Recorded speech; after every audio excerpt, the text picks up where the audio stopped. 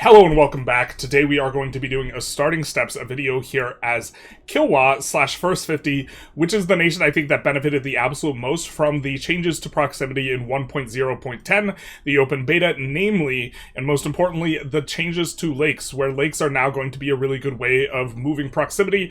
They're going to operate like sea zones where you have 100 maritime. And so in particular, Kilwa, the capital, which you want to keep there because they do get a unique building, is going to be 1, 2, 3 locations away from an adjacency towards a lake. And then once you're there, going into the lake is going to cost 2 to 3 proximity once you have a lot of modifiers, and then coming out of it, it's going to cost 2 to 3 proximity. So from here, it's going to be 4 proximity to move over here, which is an absolutely insane rate. 4 proximity to move over here, very, very cheap. But not only that, it's like a almost like a super highway of lakes here, where, just to provide an example, coming in here, once you touch the lake, that's 2 proximity, then 2 proximity out, and then you put your left foot in to Buganda, play in the normal cost, and then you take your left foot out and you put your right foot into this lake, that's 2 proximity, you take it out, that's 2 proximity, you shake it all about, then you come over to any of these locations that are adjacent, it doesn't matter which, that's going to be normal proximity, and then 2 proximity in, and then, another 2 proximity out, and then 2 proximity in, I think here, maybe not, depends on the one. And as you can see, the idea is that you move as fast as a loud car outside, and you are going to effectively have the biggest power base in the game in terms of how you can project via land, because all of this you will be able to have like 80 plus proximity. Just an absolutely insane situation without having really high tier roads, because you're moving through this. Now, this also encourages you to go naval, and then from there you will be able to also just kind of cut this entire zone pretty well for yourselves in terms of gaining access via naval. But wait, there's more, another greater benefit to Kilwa, which has been the changes to vegetation. So vegetation now loses its proximity penalty when you build a road on the location. And as you can see here, a lot of this is forest. That's plus 25% proximity cost. Now that's going to go away, and this is also jungle, plus 50% proximity cost. It's also going to go away. You are going to still have to move like normal penalties through all of the terrain, which there's some rough-ish terrain, but it's not the end of the world. So you're going to have a very, very nice time as Kilwa in terms of the locations you can push proximity to. With that said, let's take a look at the content, which is also quite good. Kicking things off, we have Palm Tree Masters, giving us a lumber output plus 10%. Lumber is really the bedrock of all economies, because roughly half the rural buildings that you build for RGOs when you can't have or don't have access to the RGO, roughly half of them have the input as lumber. Getting a additional output is going to be very nice. It's going to be very nice for the early game, especially because Kilwa, despite having a bunch of lumber RGOs, doesn't actually start with a lot of lumber, because they don't actually have the lumber RGOs. There's just a ton of lumber in the region, which they won't have access to yet. So that'll be nice once you kind of get going. And you also gain access to the Kilwan shipwrights. Now, these are very expensive to keep going in the early game, so you're going to turn them off. But it does mean that you don't need access to the docks and barks, because you will be getting monthly sailors from this, and you will be able to utilize this. But also, this is a unique building that's giving you 0.05 harbor capacity. That is not something to kind of cast aside. That means you are going to have 5% better cost exiting and entering on harbors, and so this is going to be very nice for you basically everywhere in terms of being able to propagate navally, and you're going to have an enormous amount of sailors, because this combined with the dock line is going to represent huge amounts of sailors in all your locations. You do have some restrictions. You need to have a port. That's a low restriction. This is going to pair quite nicely with the Metepe ship, which is going to give you 10, it's going to be a light ship in the first stage, so you don't even need the barks, and it's going to give you 10 naval proximity, just absolutely insane as a ship. It does cost a fraction of a sailor for maintenance. It's going to be very, very nice, and you even have an upgraded version where you are going to have the Kilwan Dow, which is going to, instead of 0.14 for the H2 light ship, give you 0.2. I do believe that this is maybe as much as or more than the tier 3 normal lightship ship, in which case you will not be replacing this until tier age 4 or 5 in terms of how valuable it is to you, and so this is going to be quite strong as well. You also get a ship that is a transport that is going to give a lot of maritime presence, which is difficult to evaluate. Not really sure how we think about it other than you're super okay just building extra of these, which is going to be nice because you will be able to move troops around more effectively without having to pay as much upfront cost, so that's going to be really nice. And then on top of this, you're getting plus flat trade range 150 with the changes to Alexandria now ranging the backside. Getting institutions should be very easy. You can just from the start of the game range Mecca already. Can't quite range Alexandria. You might be able to with the government reform. Haven't tested this out yet, but you could already get quite a bit of range from Kilwa. You could also range India. Trade is going to be the backbone of what you do, so the range at this early phase in the game, when that is something that is hard to achieve, is going to be very nice. A max tax for Demi Estate, very nice. This is the only source of this modifier that I know of, other than just generic max tax to all estates, and so they are going to get 10% here. If you get things rolling really well with having a lot of Catholic pops, and you might even want to intentionally convert your pops to Catholic just to have more of a Demi thing going on, you can have absolutely enormous percent taxes on them. So this is going to be a little bit of an interesting one. Quite a strong modifier, but a little bit conditional. Next up, cost of purchasing food, minus 5%. Shouldn't be too big a deal, but okay. And then we're going to have maritime presence plus 10%. Monthly naval tradition. This is going to often help for pushing naval in the early game, but you already start with a decent chunk of naval and the ability to push it, so you should be in good shape by then. So it's going to be, a little bit of maritime presence. Very strong are these flat legitimacy modifiers. You have another one from your tree, the sub-Saharan tree, so this is going to be quite powerful. This is often your biggest expense, is the legitimacy. You cap it out at 100, and then it's count to 1. If you can get a total of plus 1 modifier, you don't have to pay for that slider at all. This is really valuable, and so this represents 10% of the progress towards that. And also, notably, it is giving you progress towards Republican tradition. I do think you probably want to flip Republic, and we'll talk about that in a little bit. Gold output, 10%. Not insane, but a nice modifier nonetheless. And then trade efficiency, dip cap, not going to be that great by age 6, but okay, you're probably researching it. And then you're going to get a couple government reforms that are pretty solid. Notably, Kilwan trade communities do like the plutocracy boost, give you a little bit more flexibility with what aristocracy stuff you could hand out, get a little bit of progress towards free trade. Probably not going to be a bit of a thing because you tend to get enough trade centers that mercantilism is going to get pushed either way, but 20% trade capacity, very nice. And then on here we are also going to have a pretty good crown power gov reform that we will start slotted in. I don't think we're going to come off of it too quickly, and so this is what we're going to have. Everyone cover your eyes because it's time for our flashbang. Huzzah! We've been flashbanged. And we will jump in and take a quick look at the rest of the tree, which is going to feature, in the Age of Traditions, the sub-Saharan tree, the secret tree, the hidden tree, the tree that you don't get to see. That's quite strong. It's going to give you 5% proximity cost. Some sources of proximity cost were nerfed, and so maintaining this 5% here is really, really nice. Also going to get the monthly legitimacy, as we mentioned, manpower 10%, so that's going to be quite nice. Tolerance of heathens, going to be nice, especially if you're leaning into the Demi, where you are going to, Sunni in general can just stack so much tolerance of heathens that you will get like 4 to 6. And when you have 4 to 6 tolerance, it really makes it really easy to conquer people not of your faith, which tends to be a lot of people. So, or if they're your faith, then that works out for you. Basically, only Shia and the other Ibadi are going to have really, really low satisfaction on the basis of tolerance for Sunni, and this synergizes really well with that game plan of we're just going to tolerate everyone. Cultural capacity, not that good a modifier right now. In various balances, it can be really good, but not at the moment. And max literacy for clergy, it's going to be fine enough. I think that at this juncture, we are going to get an event, or in the beginning, we are going to get an event that is going to put in a really bad gov reform for the clergy. So we actually don't want to research the clergy tech just yet, because this is going to give them additional power. We want to wait until we get rid of that government reform. So we're going to kick things off by going straight for the tolerance modifier. This should keep us going for the first 5 years, at which point we will get access to the age 2 tech tree, but also legitimacy and proximity, very nice to have kind kind of in an immediate sort of sense. Let's touch a little bit more on our geographical position loading in terms of our RGOs. We're not going to really start with any good RGOs. We have the cotton.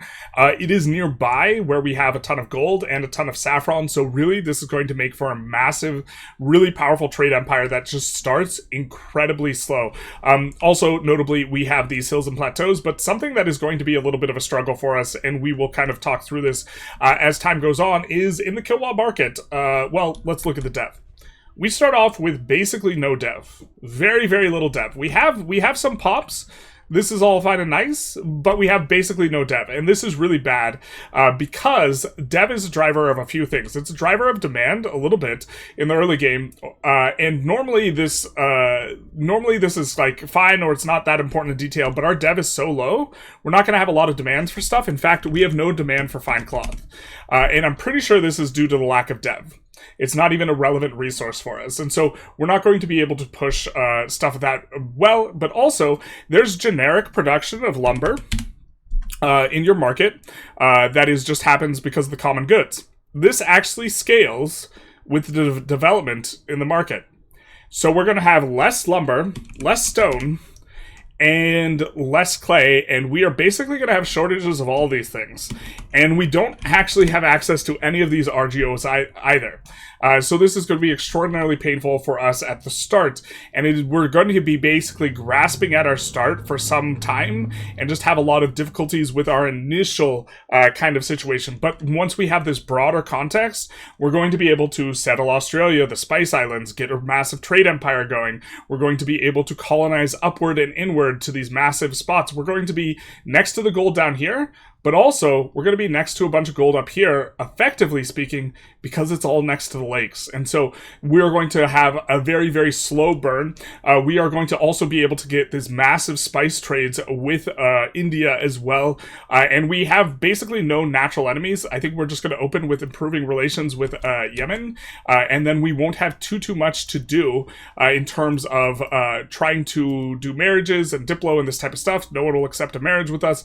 We want to get this guy working on some babies right away, so we will have him marry a lowborn. She's not very useful, and start to kick things off. This guy is also a historic character. He seems to be the same every time, or he's the same as when we had him in our practice run. So we're going to get started with him, where what we are going to do is we are going to slot him in here, and we are going to have him or work on moving a, he is going to start changing societal values, and he's going to start pushing us towards naval. We'll break down our societal values in just a moment, but we're also going to want to promote him to the head of cabinet as well. By doing this, we are going to get 37.5% crown power, most of our income early on. You can see head of cabinet, 25%, and 12.5% here. Most of our income early on is actually going to come from trade. And as a consequence of this, we are really, really good at value crown power because it does scale trade income. And so we are going to want to push this as much as we can. And so this is where we're going to be going with that. And then with our other cabinet action, we're actually not going to assign a gentleman. We're not going to assign a gentleman because we specifically want a burgher guy. And as a consequence of this, we're going to take a look at our estates. We do have... or we do not have, rather, commoners in the administration. So even if we had a burger guy, we wouldn't be allowed to promote him. So we're going to put that in. And the reason we want a burger guy is because it will allow us to help push plutocracy. We want to get to 95 plutocracy so we can flip a republic. We're already really, really pushed towards plutocracy. We can't push it with the cabinet member because we're already pushed so far. But there is a parliament that you can roll that will give you plus... plus 10 towards plutocracy. If you have, and you can only roll it, if you have a member of your cabinet that is going to be a burgher. So we are going to be waiting and trying to go for that. But until then, we are going to be going for a little bit of strength in government in terms of the stability. So that is going to be this stuff handled here. For our values, we have some really notable things. Notably, we don't start out with any spiritualist trend, or we start out with a massive trend, but no spiritualist. We'll want to kind of cut that back and probably head towards humanist, not a high priority. We start with an enormous amount of plutocracy. This is very unusual. We are going to want to push to 95, and it is so nice that we already start with 80, because normally this is a really slow value to push, and we also have a little bit of wiggle room to work with in terms of giving out stuff for aristocracy, so there's going to be that. Free subjects going to be relatively high priority, because prosperity, that's how you get development. we really would like some development, and we want to get pushing on that pretty aggressively. We are not going to have that much tax. RGO output would be kind of nice. Max tax on peasants, kind of nice as well. But if they are dimmy, this isn't going to be useful for us. And also, in particular, we want to get the prosperity up right away. Maybe there's some movement where we swap back towards serfdom. And then the other thing is we have naval going on right now.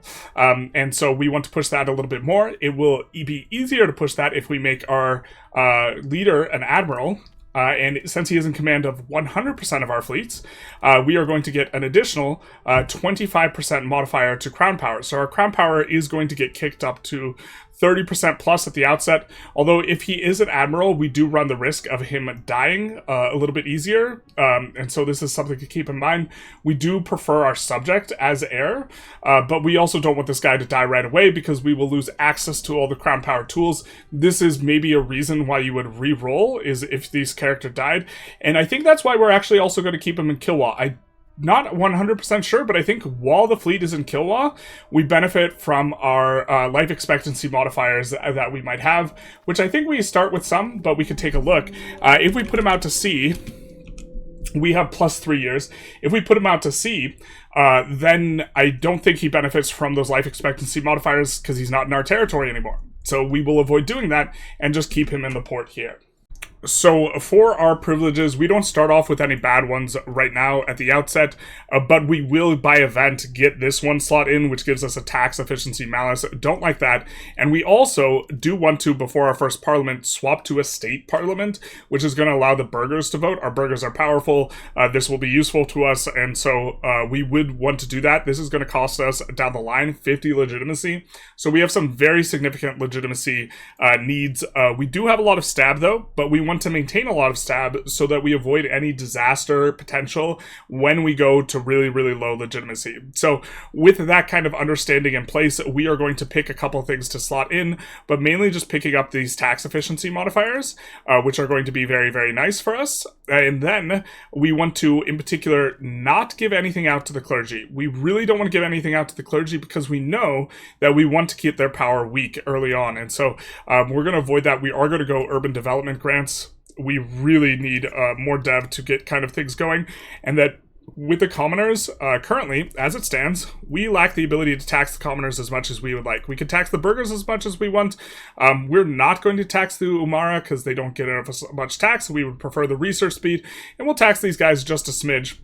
These will come up, but in particular, we do want more satisfaction on these guys. So, with that in mind, we'll take a look here. If this is still above 30, which it is, we will go for at least one more privilege on these guys. We do want to push communalism, and we know we want to push communalism because communalism is going to allow us to push more onto, or once we get communalism, it's going to give us a revoked privilege cost, which is going to help us to deal with the negative privilege we get from event, and also it's a decent enough one. We would prefer, I mean, migration speed is kind of a fine enough thing, but pop join rebel threshold's nice when you're conquering around, and estate satisfaction is going to be nice, and so all this together, we do want to get a trend moving in that direction, and we don't have any other trends that we can or want to lock up in particular, and so we don't need to concern ourselves with anything more than maybe pushing communalism, and to that extent, we can actually maybe push up a little bit of satisfaction by going something that is going to give communalism, especially because we are going to want stab early.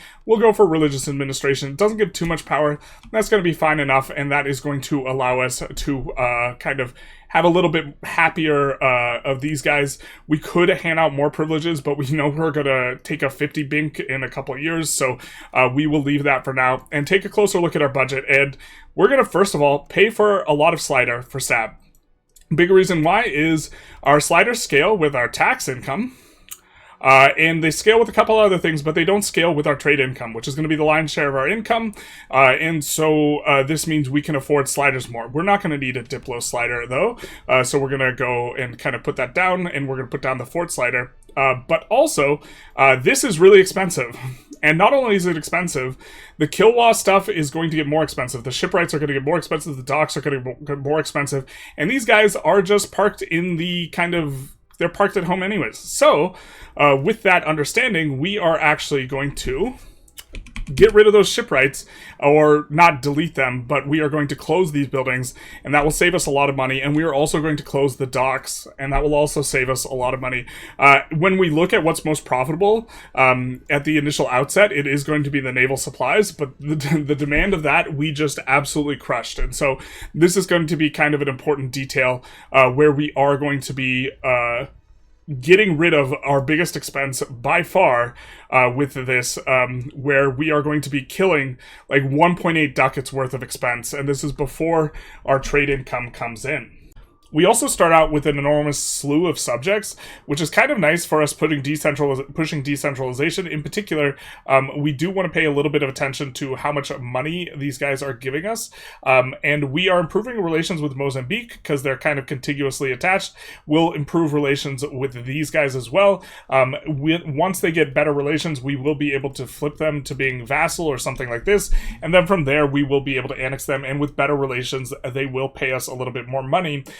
Which kind of brings us to, okay, what do we want our spend down to look like, economically speaking? And it is a little bit awkward because we really want stone, we really want lumber, and we really want sand. We want sand to be able to build the roads. Fundamentally, roads are going to be a very valuable thing for us because if we look at development and we look at these penalties add up to minus 70%, right? We are going to have rivers in almost all these locations.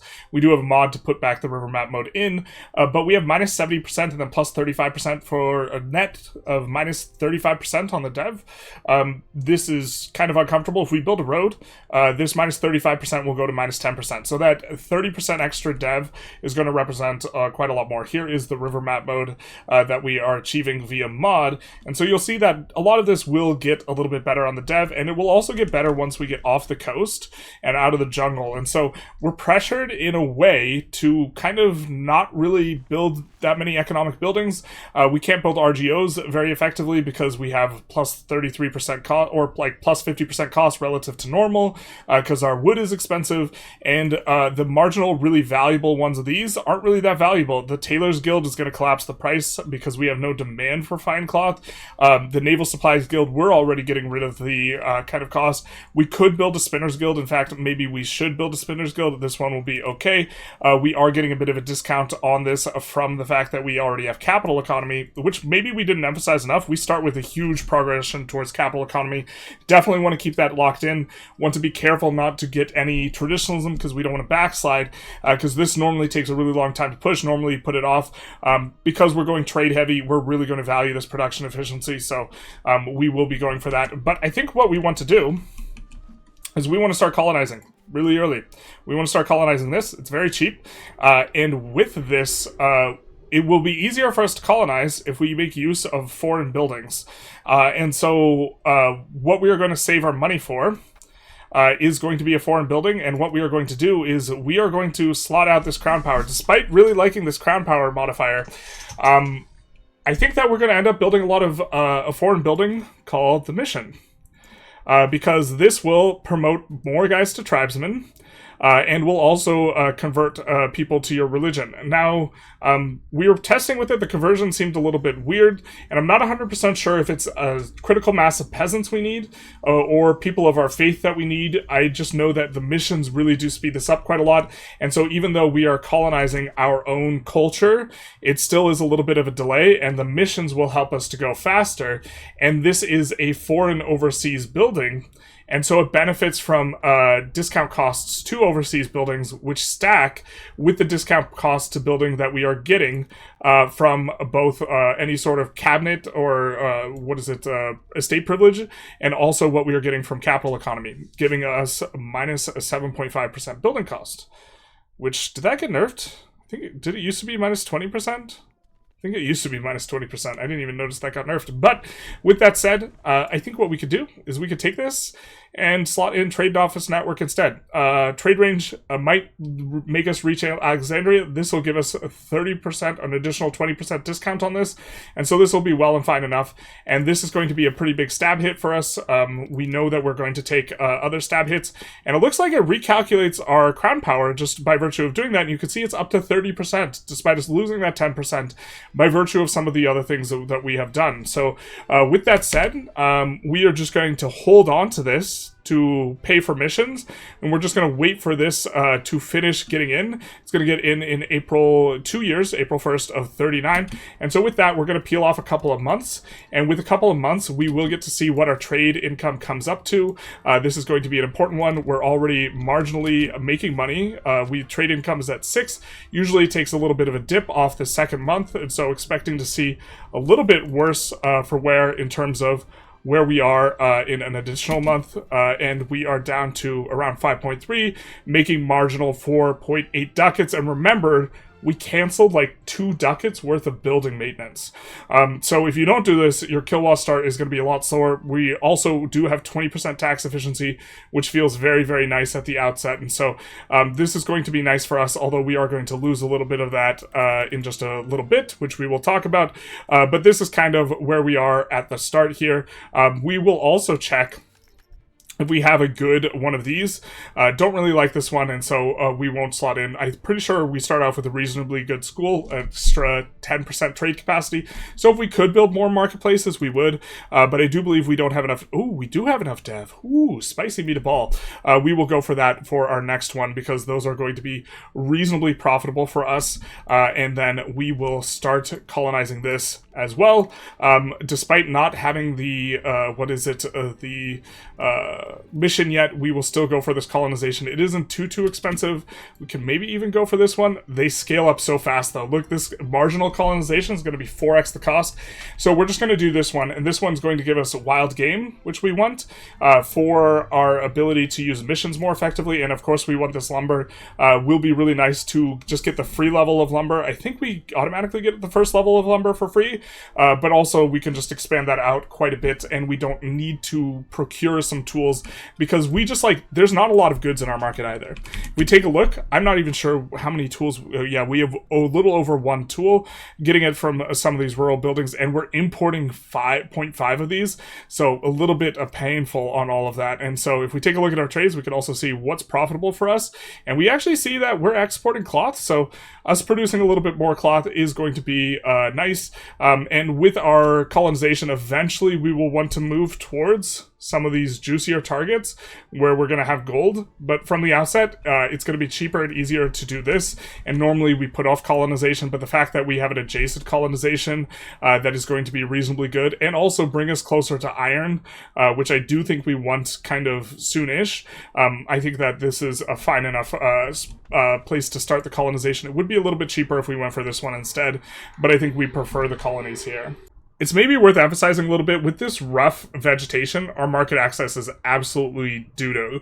And long-term, we probably are going to want to create a market specifically for Madagascar, because it doesn't go over the water. But also, do want to mention that we are going to run shortages of a lot of things, and we won't cover every single thing that we do in order to resolve these shortages. But for example, weaponry, this is going to be used in the stockade. We might even delete the stockade. We're going to delete the stockade, our one fortification. But we also have weaponry demand coming from the need for our colony. So without weaponry, colony will not progress, and so we will look to import a little bit of this. Looks like we can get some manual trade capacity, and the trade capacity is being a little bit fiddly, but we will do that. And we also notice we have need for paper. Part of this is from the trade centers, and so we will import a little bit of paper, like half a trade capacity worth and half a trade capacity worth of weaponry, just so that we make sure stuff is online. Also notice the huge deficit of clay and stone. This is making our masons way less effective. We might even want to consider closing some of them, but maybe we don't need to close them just quite yet. But in either case, I do think there's just so much pressure on various things that we don't want our trade capacity going towards fulfilling the demands that we have for the stockade, right? And so on top of the stockade costing us money, in fact, actually, no, we can't just close the stockade like normal. We're just going to end up deleting it. We're going to want a better fortification in our castle anyways, so it's not too big a deal. So we probably should have allowed slave religion before unpausing. Still not used to the UI change where this is the thing for laws not yet codified. We're going to slot this in now, but also a point we wanted to emphasize here. In terms of the tech tree, where we are getting the sub-Saharan African tech, we also start with slave raiding, which is just massively powerful, allows you to really pull a large amount of pops, and is going to be very, very useful for us for building up eventually once we start being able to fight and throw our weight around. We really don't have a lot of pops. We don't have a lot of armies to raise or levies to raise off the back of this. We have very little control, so we don't necessarily want to be going to fight immediately. But if we, occupy territories of a place like India, which is in the cards because we could bring a bunch of troops there because we have transports that are good for that type of thing and they're relatively close, we would be able to take enormous amount of pops off them when we occupy their locations. So here we have for this event where we are emulating the shadow of the previous sultan. We are going to lose greedy. We are going to lose 20 gold. We are going to lose our mines because we are going to get wife payments, which is going to be unfortunate, but proximity cost, happy about that. And so this is the one we want to deslot. It's going to cost us 66 stab at this juncture, which is to say we're not going to be paying for it. We are paying for this mission, though, to get this started. We are going to build missions behind once we complete this, as we try and finish colonizing this entire region. I think after that, we might go for the coal, coffee, and lumber kind of combo here. That might be pretty good for us. And we also, in particular, are going to want to invest in roads in the kind of eventual future. The near future is, of course, riddled with the fact that we don't really make that much money, so a lot of it's going to be waiting around.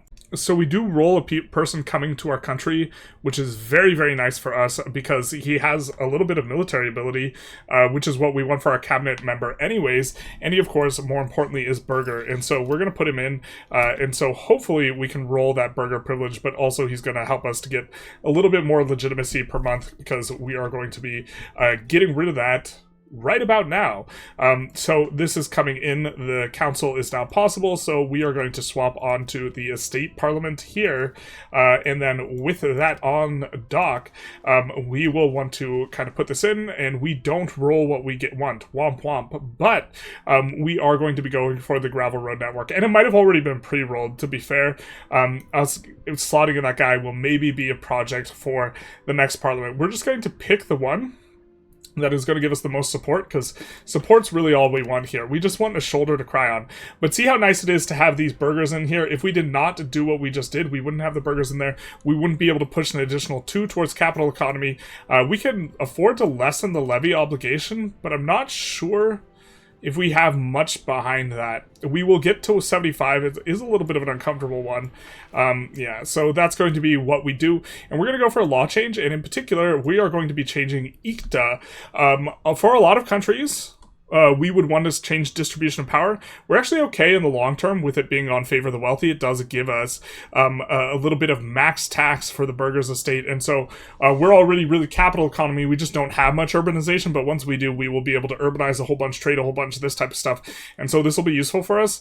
And so if we were on traditional distribution, not anywhere near as bad as it used to be, because decentralization progress isn't bad and monthly legitimacy is good, we'd probably want to swap onto favor the ruler, and favor the ruler would be preferable, but not a high priority. High priority is getting off of censorship and onto, or getting onto no censorship, because we want the humanist progress, getting onto any religion, but these are relatively low. I think what we're going to go for is ICTA here, and swapping off of this onto getting lenient taxation, because we're trying to count to 1 for our monthly prosperity. Currently, as it stands, for our prosperity, we have to remember to click control.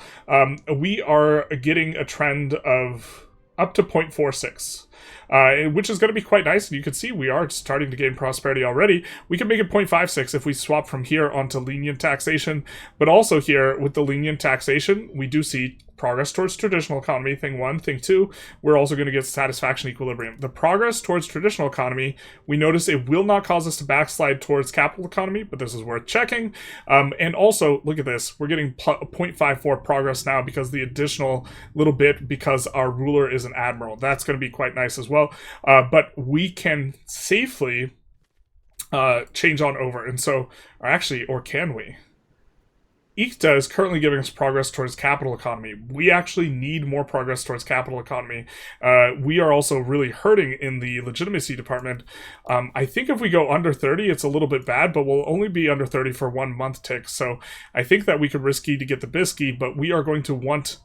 we're locked in. This is the only progress towards capital economy that we have, and we are not going to be able to, with that, support the fact that we will be going towards traditional economy. Let's see if we can find another source. Alright, so we're going to get two things progressing us towards capital economy. We're going to put in burger-controlled mining operations. That will give us 0.05, and then we will slot in the burger privilege, which will give us 0.05. And then with both of these slot in, we will be able to use the parliament to change the law to get off of being, ICTA tax farming, to change to lenient taxation. Long-term, we might even want... No, long term, we're if we get up above 1 prosperity, we'll swap this out for something else. But we're going to go lenient taxation, which is going to allow us to push the prosperity a little bit more. Maybe we could swing changing another law. We'll see what events we get. If we get another event, we do have, roughly speaking, 20 extra support here, except for when we click conciliatory, the other ones will get worse, and so it's effectively a little bit less than that. But if we pop 1 or 2 good events, we will be able to change another law here as well. Alright, so 2 things. One, we noticed that we actually have a unique maritime law that I wasn't aware of, and this one's actually pretty good. This might even be the best maritime law. Maybe not, but light ship maintenance cost minus 25%. This includes sailor cost, and giving us progress towards naval. This is one of the reasons we're able to maintain, and also naval supplies output. Going to be pretty good, especially the naval supplies output. We might actually be able to export some of these, but we also see that on administrative systems, this kind of escaped me during the practice run here. We're on local courts, which is real bad. Pop join rebel threshold, I mean, that's an okay modifier, but max control -5, that's not something we want to abide by. So we're going to go out of our way and actually do this. Traditional economy, a little bit of a push, a nudge in the wrong direction, in order to get off of this kind of in a little bit more of a timely fashion here, where we are going to be swapping off of local courts. It doesn't matter too much what we swap onto. Efficiency of cabinet we'd kind of be interested in. We don't really want the aristocracy. I think we're going to go feudal administration. Decentralization, we're going decentralization anyways. Actually, you know what? Legislative efficiency, we're going to take less antagonism. Let's go with this. And so this is going to save us a little bit of grief, and then we will fail the gravel road network here. And us getting under 20 here, I think is actually bad. If I recall correctly, we can roll a disaster, so we have to fade. Oh, nope. I was thinking we had to fade some bad luck rolls because we have under 50 legitimacy, but I think it's under 30 legitimacy. There's like a dual thing where I think if you're under 50 and under 0 stab, you can roll it, or if you're just under 30 legitimacy, something like this. But I guess we're going to be safe enough as it is. I'm going to trust that this event works properly and say that it is also simultaneously a little bit baity, because we get the opportunity to construct this building. This is the capital building we were referring to. 0.05 legitimacy, love it.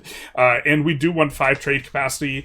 And to be fair, this might just almost be worth it, but as it stands right now, the issue is our loans. We're only getting 6 ducats. And it's going to take a ton of loans to get to 140 or 150 here. And I think that that's just a little bit too expensive for us, especially considering we're paying for sliders. We're trying to get above certain thresholds.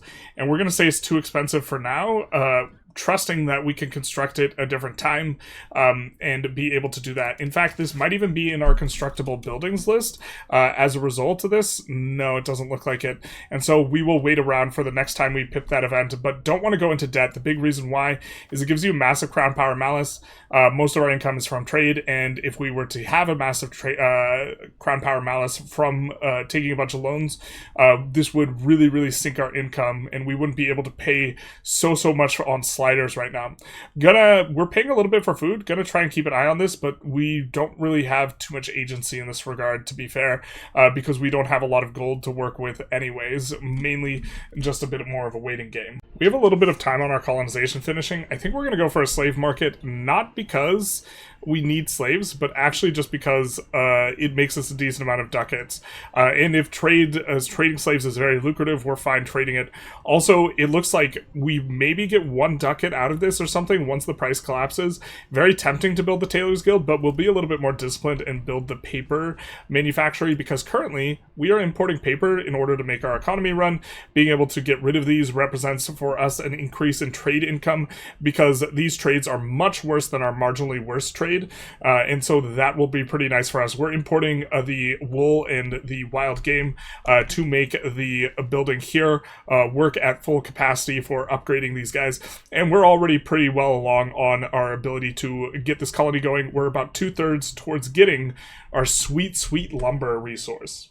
Just in time, we do get the research finished as we hit the new age, unlocking the new tree. I think in particular, we are going to want the administrative tree.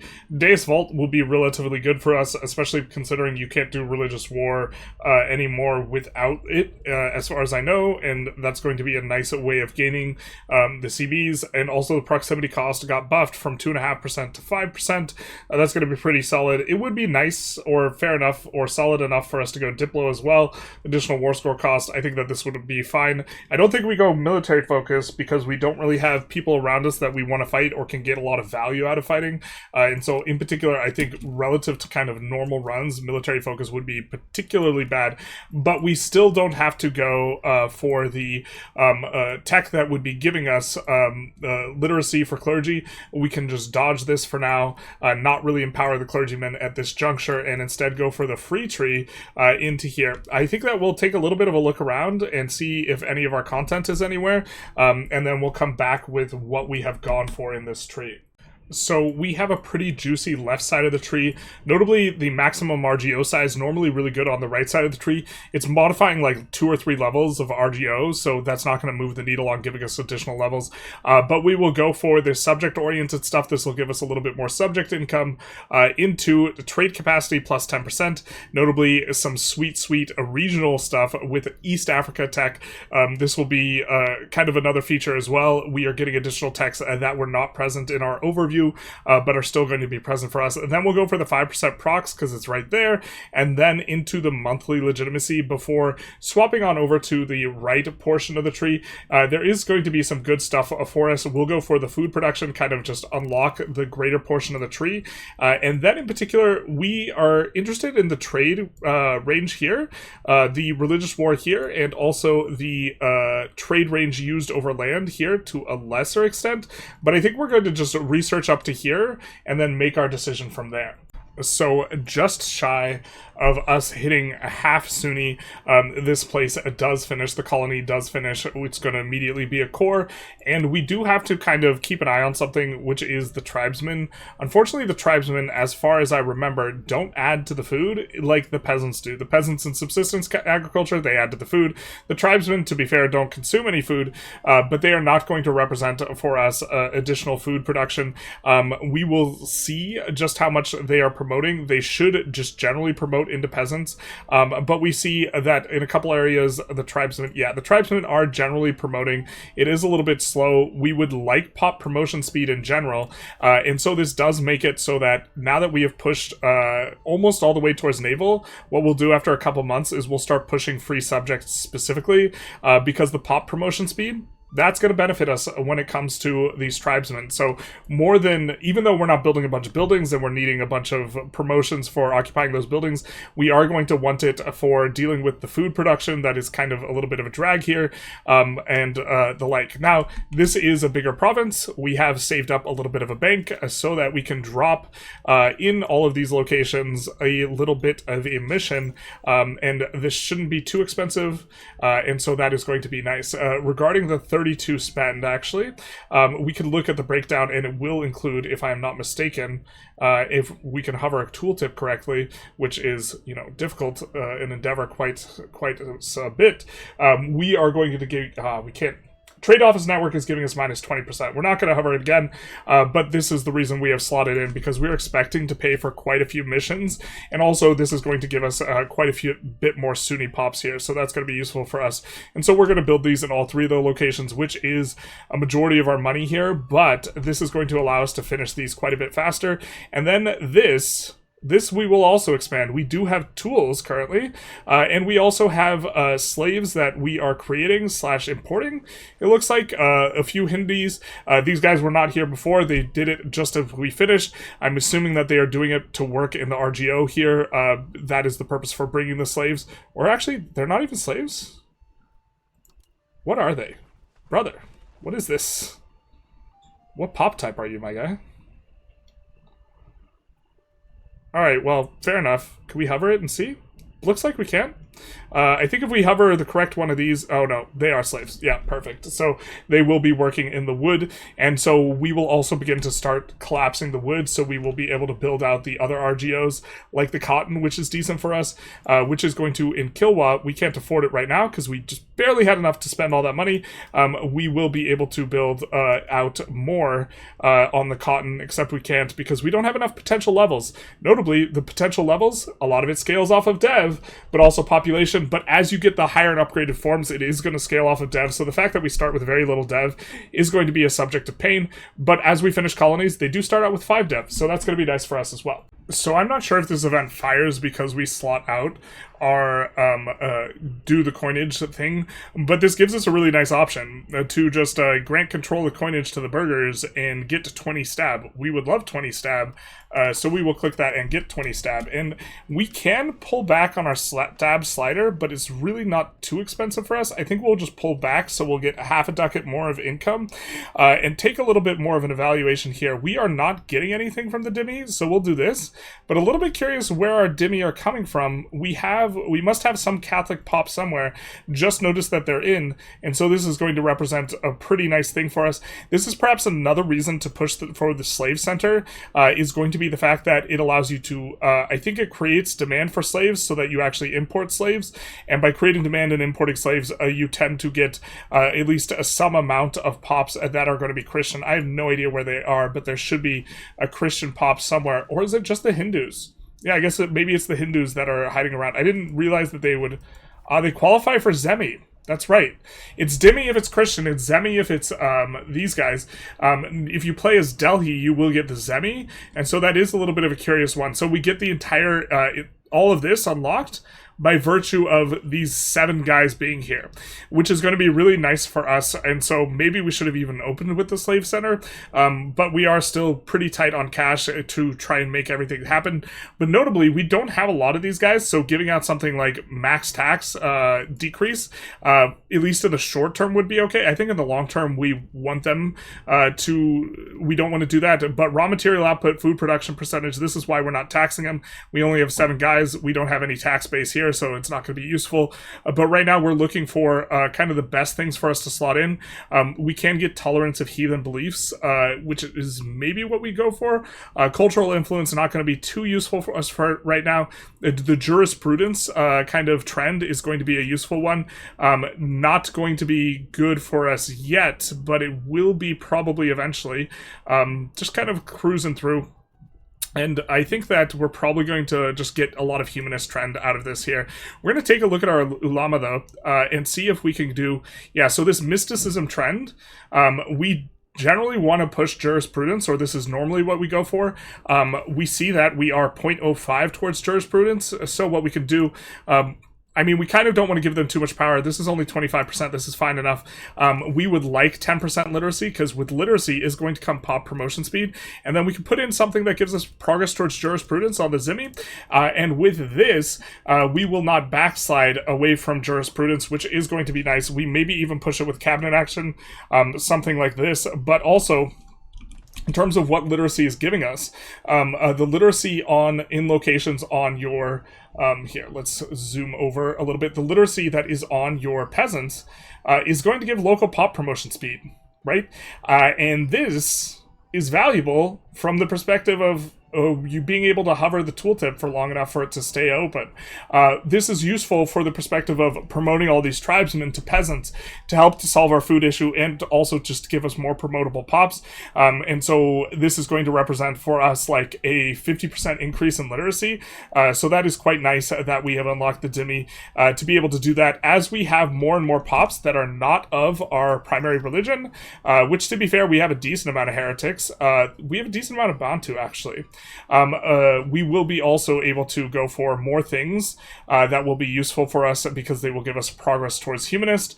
We'll even do this one right now, and also they will give us heathen approval. And so this is going to be useful. Current humanist trend is 0.33. Going to be able to establish a net positive trend after a couple parliaments. If we change a few parliaments, I think if you change parliaments, you get what we have left to change. We will get an additional 30.35 trend, which is enough to give us a humanist trend, even without the extra Dhimmi privileges, which I think we have one more, maybe that gives us, yeah, humanist trend right there. So we are pushing free subjects with our cabinet action now, pushing from this 30 line to to 41. We will be going, I think now, and again, maybe we should have done this before on pause because it tends to get a little bit cheaper. Go for common language, peasant estate satisfaction equilibrium, going to be nice. Progress towards free subjects, also nice. But also, if we wanted to push serfdom, it is worth noting that this is a source of it, and so we will go that direction. And then I think we will also be able to give out some privileges to the peasants. We do have to keep an eye on the estate satisfaction of our Umara, but they seem happy enough. And so we will be going towards anything that is going to give us free subjects. I don't think we need levies super hard, and we are going to like wild game output, so this is going to be nice. Commoners in the parliament is going to be nice as well. We will probably have a pretty upset Umara. It looks like we can maybe give out one more of these. Just looking at other satisfaction, we are positive on the other stuff. I think that we'll go with this, and then see if we have an Umara privilege in particular that we like a lot, that we want to slot in, which will kind of even us out here. And I think agenda impact for nobility is something we would be interested in going into the next thing, especially because we are pushing decentralization anyways, and this will end up helping us to push this, but efficiency of cabinet seems relatively free, so let's go for that. That'll be nice for us. And okay, our most unsatisfied estate is going to be these guys, but they have the most recovery, 0.55, a little bit of extra juice courtesy of our decentralization. And so now we aren't going to be able to push decentralization with that, but the extra free subjects we're going to be pushing to 0.67 instead, which is going to represent for us another big uptick in prosperity and the pop promotion speed, allowing us to promote up these tribesmen. Just to take a look here in terms of what our split looks like, we are 55% peasant, but we're 12.5% tribesmen, so would like to get these guys promoted, especially because I don't think they eat a lot of goods as well, and so creating demand for goods is something that would be useful. They do have a little bit of expenses, this 12.5k, right, or 12.5% of our pops, but roughly 4 times that, the commoners, they're spending 2.5 ducats, and so they do look like they are consuming about 20 times as much with only 5 times as many pops, and are they consuming a net negative, which is a stimmy to the economy? It looks like they're not, but that's fine enough. We would still prefer the extra demand for goods, giving us more opportunities for profitable buildings. Prepping a little bit of extra colonization. We're not even colonizing these places yet, but we are putting down missions there so that they can start converting if this does indeed work the way I remember it does. Also, not too high population, so expecting to colonize these places relatively quickly as well. We have seen this event before, local customs in Kilwa. I think this is a Kilwa unique event, but we have the choice between, okay, Mutumbe, our primary culture, getting wrecked a little and gaining some humanist, or losing some stats. So in addition to some satisfaction, we would more than happily take the humanist trend, and so with that, or the humanist progression, with that, we're basically back to even, which is very, very nice. On the spiritualist, well, it's very, very nice. I'm not sure if our pop conversion speed affects these missions, because these are overseas buildings, and so how these work is like a little bit, I'm not as privy to this, especially because it's been changed a couple times, but It's possible that that makes us go a little bit faster, but we are going to try and lock in kind of where we are on the Humanist if we can, and look and see what we can do. I think we're going to need another round of Parliament, though, unfortunately. So with that in mind, we can just continue to push the tolerance, which will be kind of nice, but it's not a very high priority for us. We don't have an absolutely enormous population that is not of primary culture, and in fact, we could go for something like efficiency of cabinet instead. I think we like the nobles having a little bit more satisfaction, though, so that's maybe not going to be it. I think we'll put in elite council sometime soon. I think that sometime is now. That should be pretty good for us, and we can be a little bit slow in terms of, ooh, we forgot to check if we had enough plutocracy trend. We do. We can be a little bit slow and look to, when we get events that give us legitimacy, put in a few more privileges, this type of thing, in order to slowly hand these out. But notably, we're going to be slow on how we hand out to the ulama specifically, because we are looking to slot this out at some point in time. In fact, that's probably a reason for not backing off on the stability as well. So let's actually ramp the stability back up to a bigger spend here, because if we get 50 to 60 stab, we'll take the plunge and we'll just slot it out, even if it's going to cost us like 70, because over an extended period of time, the tax efficiency is painful, and the progress towards spiritualist is preventing us from getting a humanist trend, so there's that as well. Unfortunately, with the new Sultan, we lose like 50% of our income because we lost all those crown power bonuses, both from having our heir in cabinet. We went from over 20 crown power to 17, and now we don't have anyone manning this ship here, and we don't have anyone manning these ships here. I don't think we want... I think our ruler has good enough stats. We don't necessarily want to put him in charge of the ships. This makes him more likely that he is to die. But maybe we just have to do it. In terms of kids he's got a couple kids, and we perhaps should have married him to more lowborns. And in fact, we're going to marry him to a lowborn here. And we can adopt local culture as well, or this is something on our radar. We would upset the people who are of our culture, the Yemeni culture, but maybe this isn't that big a deal. I think that this probably isn't that big a deal. It will make some people upset, but we will avoid getting that one event over and over and over again. And we don't have any prestige to lose. It's not that big a deal. It's going to make people upset with us, but we're going to convert over here and embrace the culture before we get the event that is going to cause us some issues. And so we will be looking to have a few more kids, and hopefully we get some male heirs actually as well, because the male guys we can use, put in charge of this type of stuff, but now we have a really painfully low amount of crown power. Would be nice if we have that crown power privilege, but I think that the trade office network is going to be worth it enough, as long as these are working kind of the way we think that they are. The fact that we really need to expand this stuff out, and every time we get one of these colonies finished, this is also, speaking of development, every time we get one of these colonies finished, this is adding 5 dev to our market, so it's giving us more of these base production goods, and it's also giving us more demand for goods as these kind of come in. And we get another one coming in right now, and just on time. You can see that we have gotten a little bit more of that stuff, and they also immediately have some Gujarati people. And then this is really going to be nice because the wild game is going to mean that we don't need to use that really suboptimal trade anymore. So freeing up a little bit more where we were actually underwater on the trade. Also importing a little bit of people from the combat market, just to try and make sure that some of this, we were trying to make sure that this employs up a little bit faster, because we did want to get out from underneath our wood demand in particular. We can't or shouldn't or don't want to expand our other RGOs, and it's actually getting worse and worse. It was like 5 point something. The burghers are importing so much, so the wood's expensive, and so this means anything that takes wood is going to be a little bit more expensive. We also want to maybe consider saving up for the building that gives us the royal court, which gives us crown power, and so I think that this is probably our next expenditure. We took the plunge and built this, which is going to give us fine cloth, which is going to allow us to build the royal court. You'd need fine cloth for it, and the profit, even though there's zero demand, isn't too bad. Fine cloth prices might be dropping more and more, but there is a price stabilizing effect where if you don't have a lot of supply or demand, or if you have supply and demand in low numbers, it tends to pull the price closer to base price.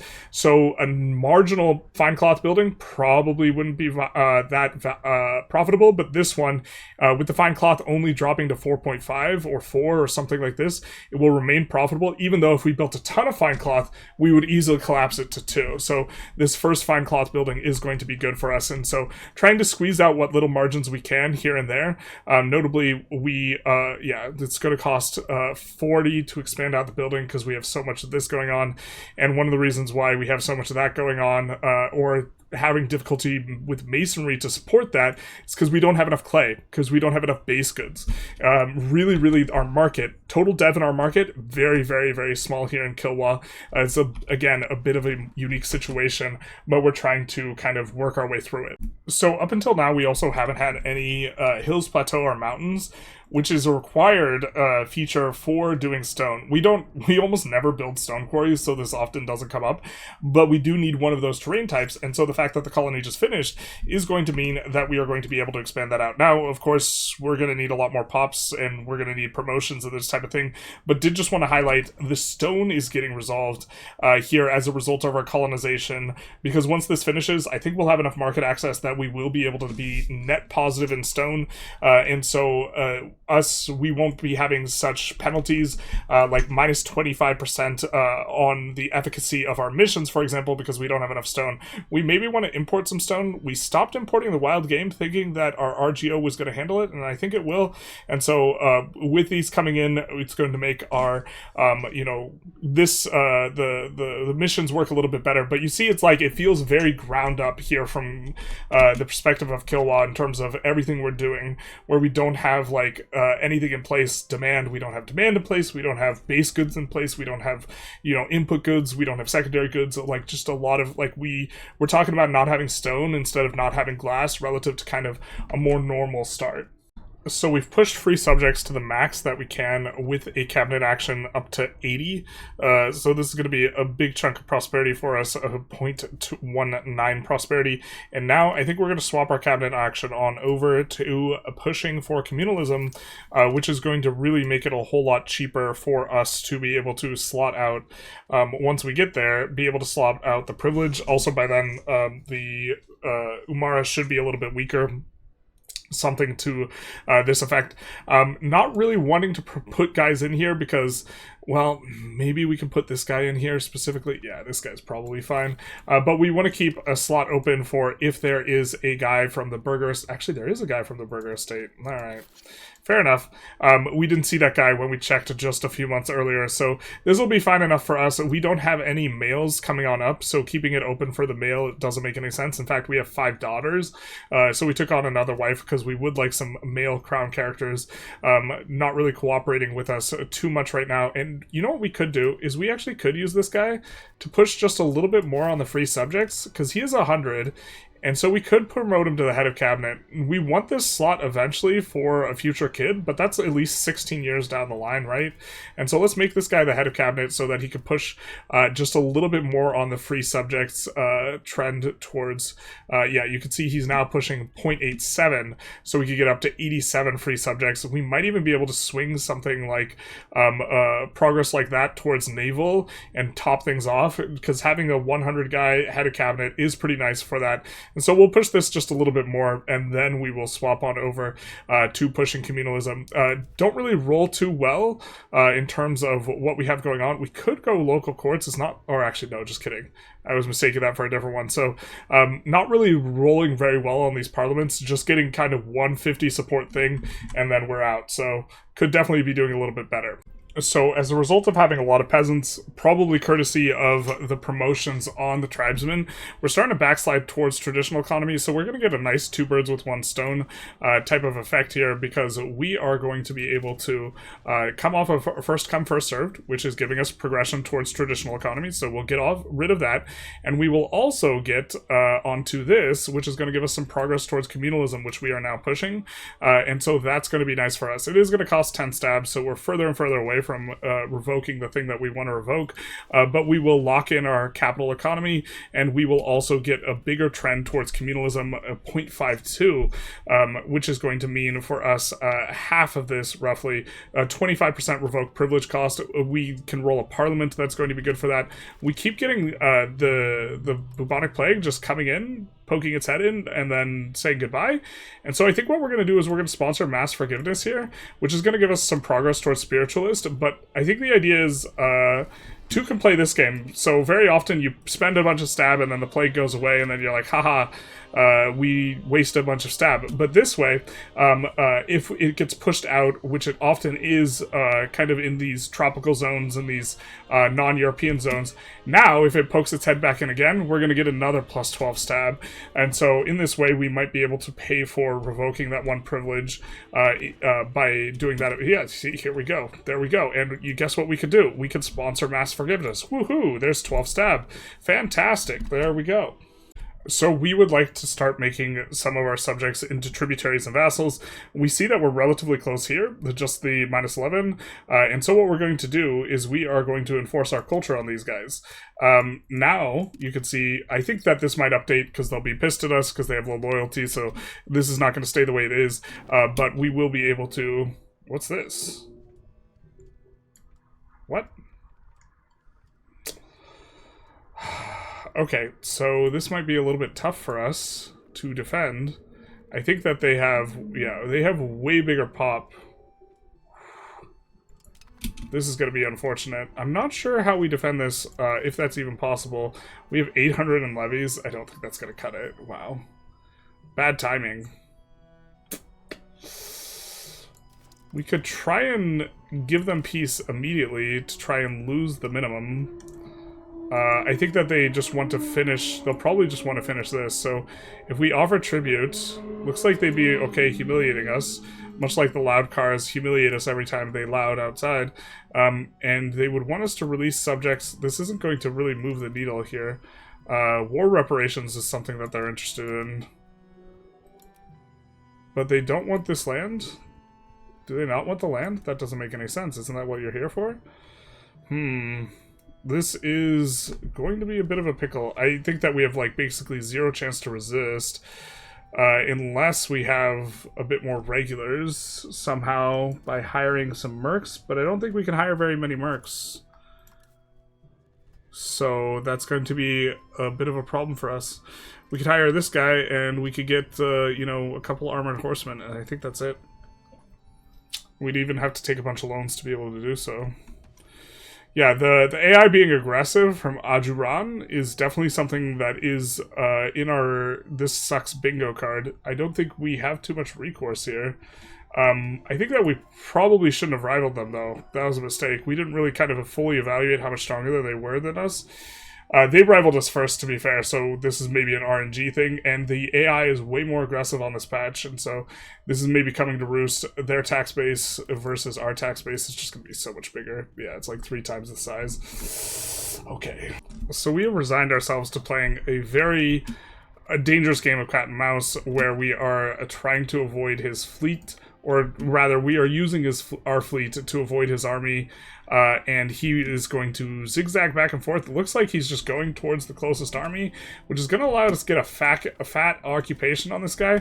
So maybe we can even enforce something positive on him. We only have fleet size to be able to support a very, very small landing squad, and we are going to be sending these guys back. We have reinstituted the dock to be able to heal up the ship and not attrition out, but we are going to be keeping an eye on what this guy does, like super, super close, playing very, very slow. Looks like he's pump faking a whole bunch, which is the scariest thing an AI can do, because you're like, what are the weird machinations in your mind such that you are doing this? But if he just zigzags back and forth between deciding whether or not to unsiege his stuff or deal with this army, that's going to be a vibe for us. And to be fair, this guy's spazzing out too, so I guess roundabout's fair play. He has a lot more troops than us. Ooh, this one wasn't a good occupation. We're not going to be able to go for... Yeah, this is just going to get deoccupied by the fort. There's not a whole lot we could do about that. So I guess we're going to try and siege this. Although, to be fair, we might have... I mean, we have enough to make demands. We maybe try and get a little bit more from this war. Like, a subject we could release. Something like this. Maybe that's just greedy. I mean, certainly it's greedy, but maybe... I mean... The market capital always calls to us. It does. Alright, this is actually also a huge event. We get Wave of Innovation for 10 years, giving us research progress, institution growth, and 0.2 progress towards innovative. So, we might want to switch gears here. We were pushing communalism. Now, because we have a timely type of thing, we are going to switch to changing societal values towards innovative, I think. This is also going to give us, what is it? Yeah, the 0.83 trend. And so we will try and get all the way up there. So really going to bring us close to a maxed out innovative. I think that we have all of the innovative things that we can given out already. To be fair, we should have this given out now. We don't really want the centralization trend, but our burgers spending on that, on roads specifically, would be fantastic for us. And so I do believe there is one that will give a progression towards innovative in here. There it is, Noble's Patronage of the Arts, and so we will slot that in. And with that, I think that's all the innovative trend we can manage, and so we will trend towards 93 here. Also, we are trending towards humanist, so that's going to be nice for us. So we also basically have 0 monthly literacy right now, just the written alphabet, 0.01. And so normally this is not a religious figure that we would be interested in, but considering where we are at the start of the game and the fact that we would 10x our gain, we are going to slot this guy in. We're not going to swap to his school or anything, but he will allow us to come up on the literacy much, much faster. You can see here we've gained 1 since we gained some max literacy. That's really not moving the needle. And now we are going to be gaining max literacy much, much faster. We also took Mogadishu, a couple of locations here, and a big chunk of gold, and got started on this royal court here, which is going to give us 10% crown power, which is going to be important for increasing our trade income. Also, Mogadishu came with fries, a side of fries, and by fries, we of course mean some trade capacity. We added a trade center there.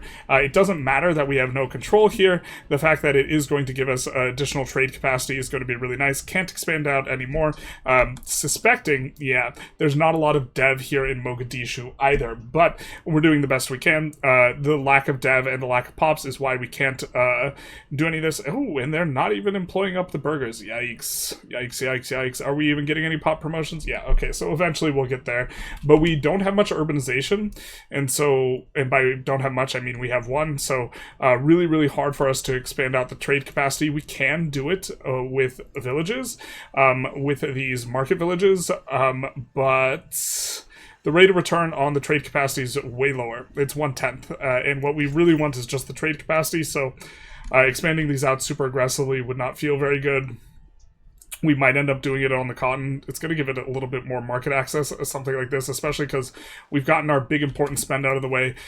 We are kind of stalling out a little bit, or not stalling out, but it takes a while for the colonies to finish, and I don't think we want to have 2 active at one time, and so our kind of initial expenditure, our initial ramp up being solved, maybe this kind of opens us up for pushing for this. We could either push this, or we could be pushing input goods, like pushing the lumber.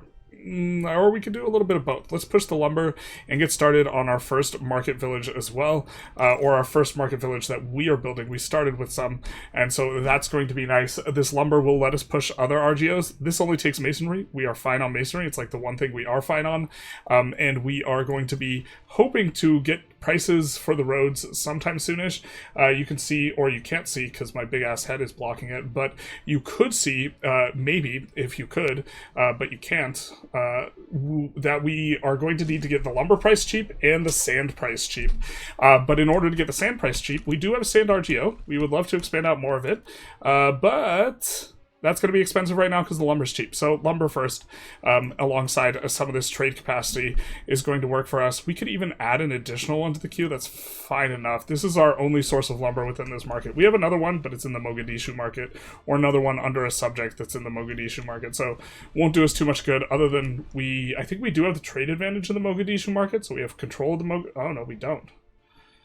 We don't have trade advantage, or we have the most trade advantage of anyone with trade capacity. So if these guys are net positive on lumber, we could bring lumber in from their market.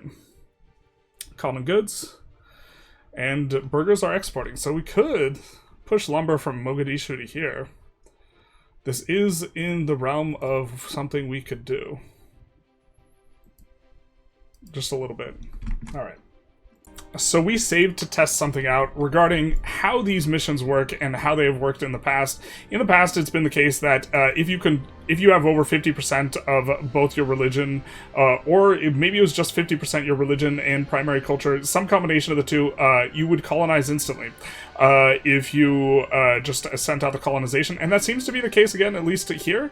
We do have enough for this colonial charter we're going to put in, and it's going to finish immediately because we have managed to convert so much of these guys to Sunni already, and so we are going to continue. We're going to actually change gears. Instead of these market villages, we're going to switch back to what we do best, which is just adding a whole bunch of missions all the time, and in particular, we're going to prefer missions in locations where we are bordering exactly one of the territory. So a mission here would be great, but a mission here in here actually also good.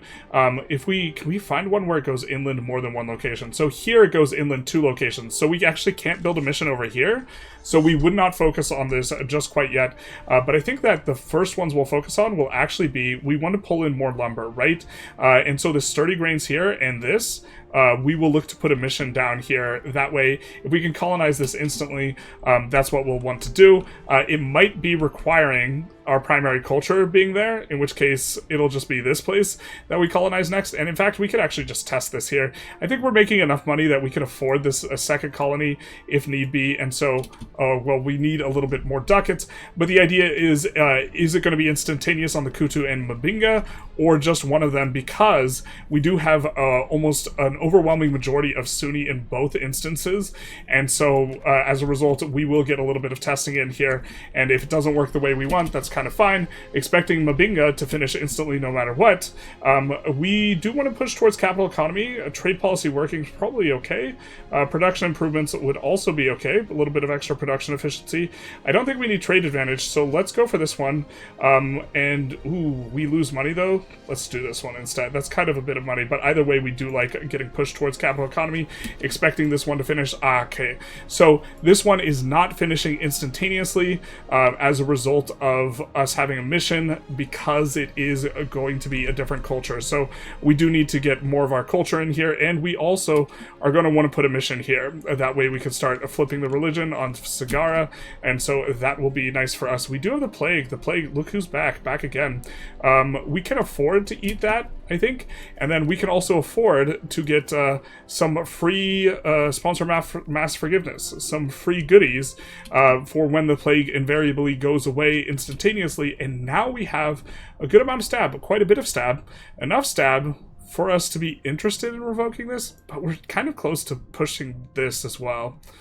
We're almost towards the 0.93, and maybe we want to save a little bit of stab here, so we'll keep on keeping on. Most of our income is not coming from tax anyways. It's coming from actually, it is coming from tax. A lot of it is burgers tax here. And we get our first gravel road coming down, which is going to be huge. We are not making very much money right now. We're not making much money. We have a really bad tax efficiency balance. Our ruler just died. We don't have a good crown power. You can see minus 11% off the crown power. And the burghers actually are making a decent margin themselves. Right? Their income after taxes is 10. So the fact that we let these guys build roads is actually a pretty big deal, because they will build roads, and these roads will allow us to increase dev. Right now, we suffer huge percentage penalties, right? To dev here, we can see that I think we calculated this already, we're minus 35% in total, and so going from this 65% to plus 25% on top of that from having a road is almost a 50% increase in terms of what we're going to be getting. We actually decided to pass this through because we wanted a skilled member of the burghers anyways, because we want to be able to roll the cabinet, and so we want to put this guy in because we didn't have a burghers guy, and so now we have one, but also it saves us a little bit of stab. We are looking to click on over, and I think we're going to get rid of it now. Because we have 60 stab, we have plenty of legitimacy, and so let's get rid of the... Oh, it's so expensive. Just kidding. We didn't mean it. Every time we want to get rid of it, we just look at the price, and then we're like, nah. So we have a little bit of a look at the absolutely crazy amount of proximity we're getting here in terms of how things are going, where the gravel road itself is bringing us down from 40 to 20, and then it is also getting rid of the penalty that is going to be given from the jungle moving out from Kilwa. It seems like it is moving using the from location, but is caring about if a road exists in the location that is the destination. So if we take a look here, since there's no road in the destination, the forest is still going to apply. We also see relative amount of tribesmen is also going to apply a massive proximity debuff. I was not even aware that this was a debuff that was going to be appearing, but all so much the better in terms of us caring about the amount of tribesmen. Man, that's very interesting. And so pop promotion speed is really going to be something we care about.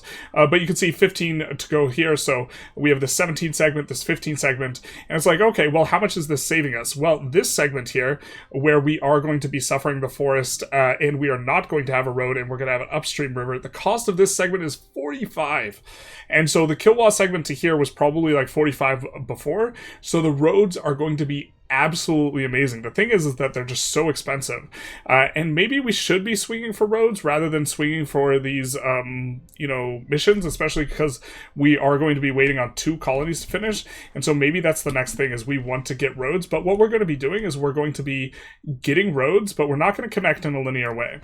We're not going to just connect all the way like this. Instead, we are going to be building 2 roads together. So we already have a road on Kilwa, and we have a road here. So we're going to do probably a road from here to here and get the bonus to development on both of the cotton tiles. And then a road from here to here, maybe. So that we get more roads. And so every road segment can get up to 2 places roaded. And if you just do in a straight line, you will only get 1 road location with a road on it per segment. And so if you stagger them every other time, you will instead get 2. And so this is probably what we look to do. Money's quite a bit tight, but this is several hundred.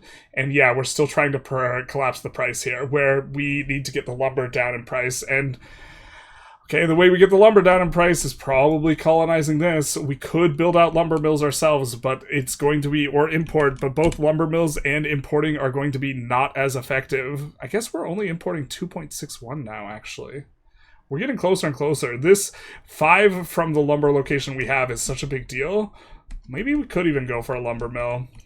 It doesn't feel good, but a lot of this doesn't feel good, so what are you going to do? So normally sponsor trade expedition kind of sucks, but for us this is going to represent actually a pretty big chunk of trade capacity relative to like what we actually have. So we might actually want to pass this through. Still not getting very lucky with how we're rolling on some of these, which is a little bit unfortunate. There's a lot of ones that we could roll that would be a lot better. It looks like we could do conciliatory into... Well, we can even go humanist again. These guys are getting a little bit upset, so maybe we don't do that. But it looks like we will have 100 to work with. I think we actually might do max tax for the first time. I don't really know how powerful for us attacking into this guy is. What we could do, though, if we wanted to attack into this guy, which I don't think is good, we could do the parliament for larger levies and then attack him. And we could also try and do something like fight Zimbabwe. I don't think either of these make a lot of sense. I think we just kind of want more money to work with. And so what we're going to do is we're going to request additional taxes. This is the first time we're using that interaction. And then do this. And then I don't think we're going to peek underneath the humanist. It's really unlikely that we are able to get enough support for a 3rd support thing. But we can go for a sponsor trade expedition. It's going to be nice for us to get an additional 4 trade or 4 flat trade, at least at this juncture in the game right now. We are getting to the point where we are finishing up pushing, or starting rather, to push communalism again. We've already reassigned our guy, and so that will be useful for us.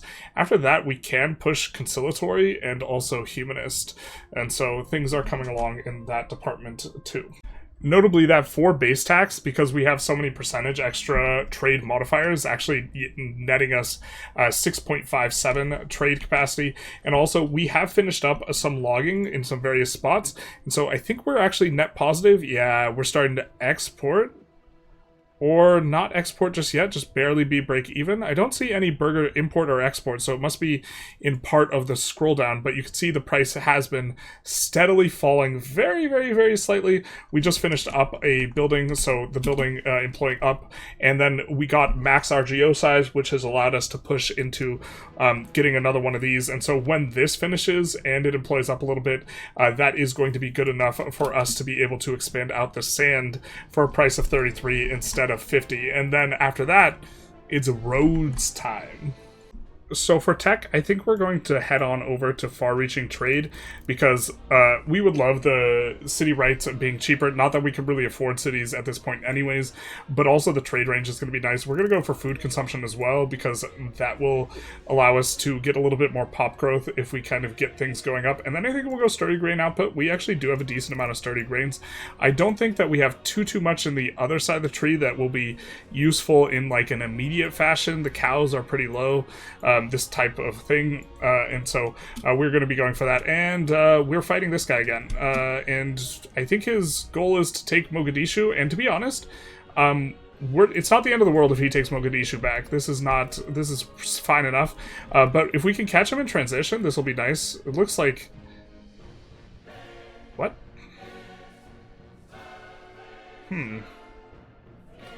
We just have to give him some money. I mean, we'd be kind of okay with that, but I think that we could just take his capital, and we have more of a spine than he does, and the AI doesn't understand that he's winning, and so maybe we could do this. And if not, we could try and offer him some money again, I guess. So we have recruited up one unit, we're recruiting up another unit, and this represents actually a pretty big power spike.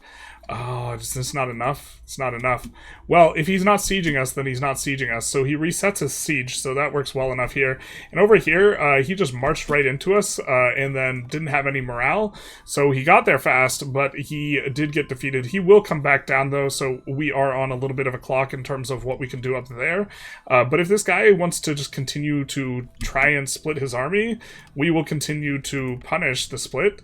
And then if he wants to try and reunite his army and doesn't want to actually siege down this location, we're okay with that as well. So either one of these is amenable, and then at a certain point we will have an additional infantry unit, so that will go a long way. And then also we are getting war score on him. He's still not loving it, but like so I think we could break his siege again. And of course, this makes it look like we lose that battle, because we would lose that battle. But now, I'm not sure if we lose with this additional marginal unit. And if we can catch this guy in transition in a weird spot, that is going to work well for us. We do have to be a little bit careful. I think what we're going to do is we're going to take a look and, okay, can we get any plus bonuses? Not really. But you know what we can do is we can bring it back. We could throw it back and instead bring these guys on back to this other unit, because with this 400 stack that we currently have going on, we actually should be able to beat these guys. Let's take a look. This is a +1. We don't want to fight offensive battle onto the +2, but I think that we would be willing to fight an offensive battle against half his army on the +1, but we will have this 400 stack coming back. Yeah. And then he's looking like he wants to reinforce. So we'll just say, just kidding, we didn't mean it, and then bring this guy on over. And so just try and outmaneuver him, and try and, because he's got a 1.2k stack up here, he's more than welcome to siege back his stuff. And then, do we have a +2 we can stand on so we don't randomly get ganked?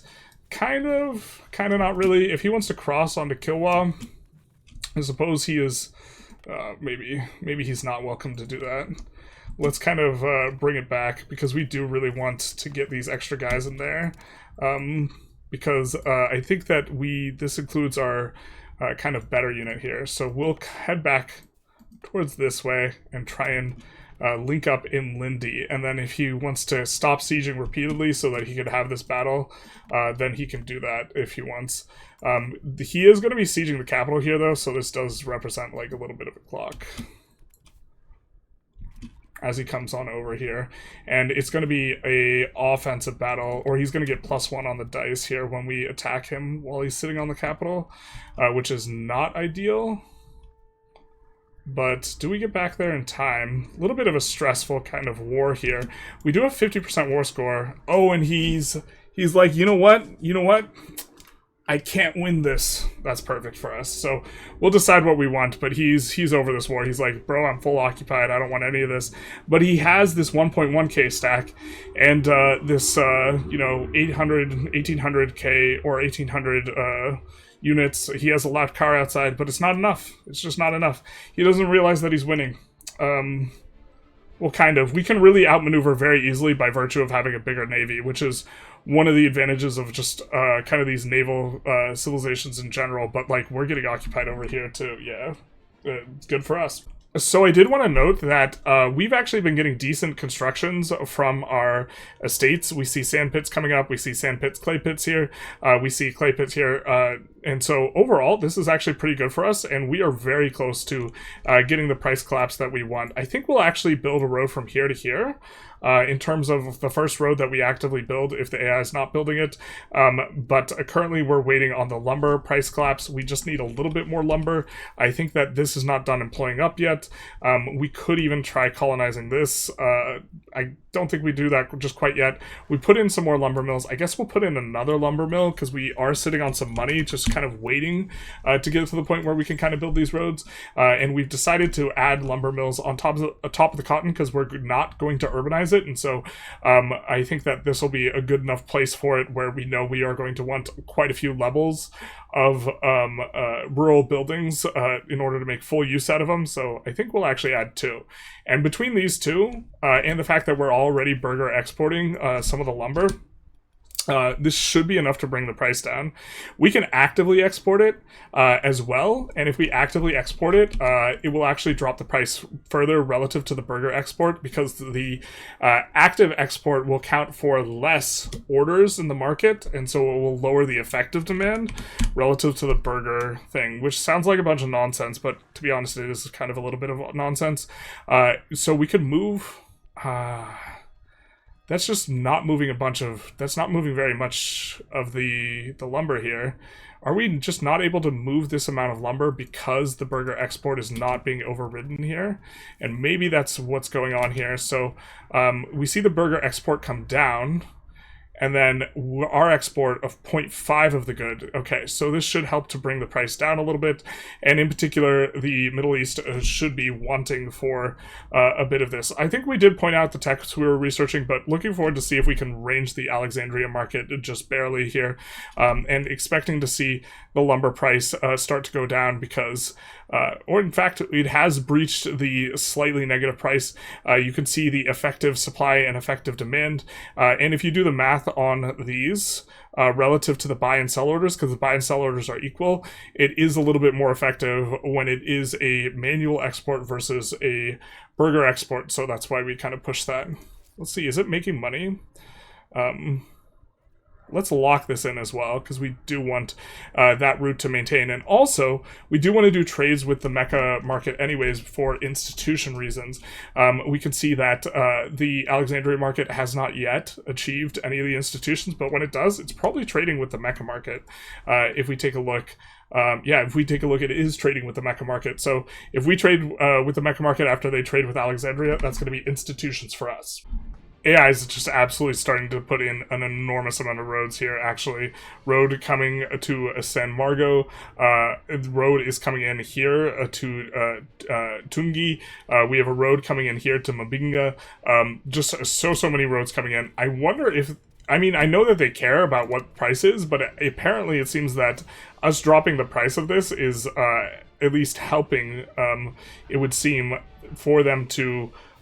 push for these roads because the roads are going to be a little bit cheaper for them.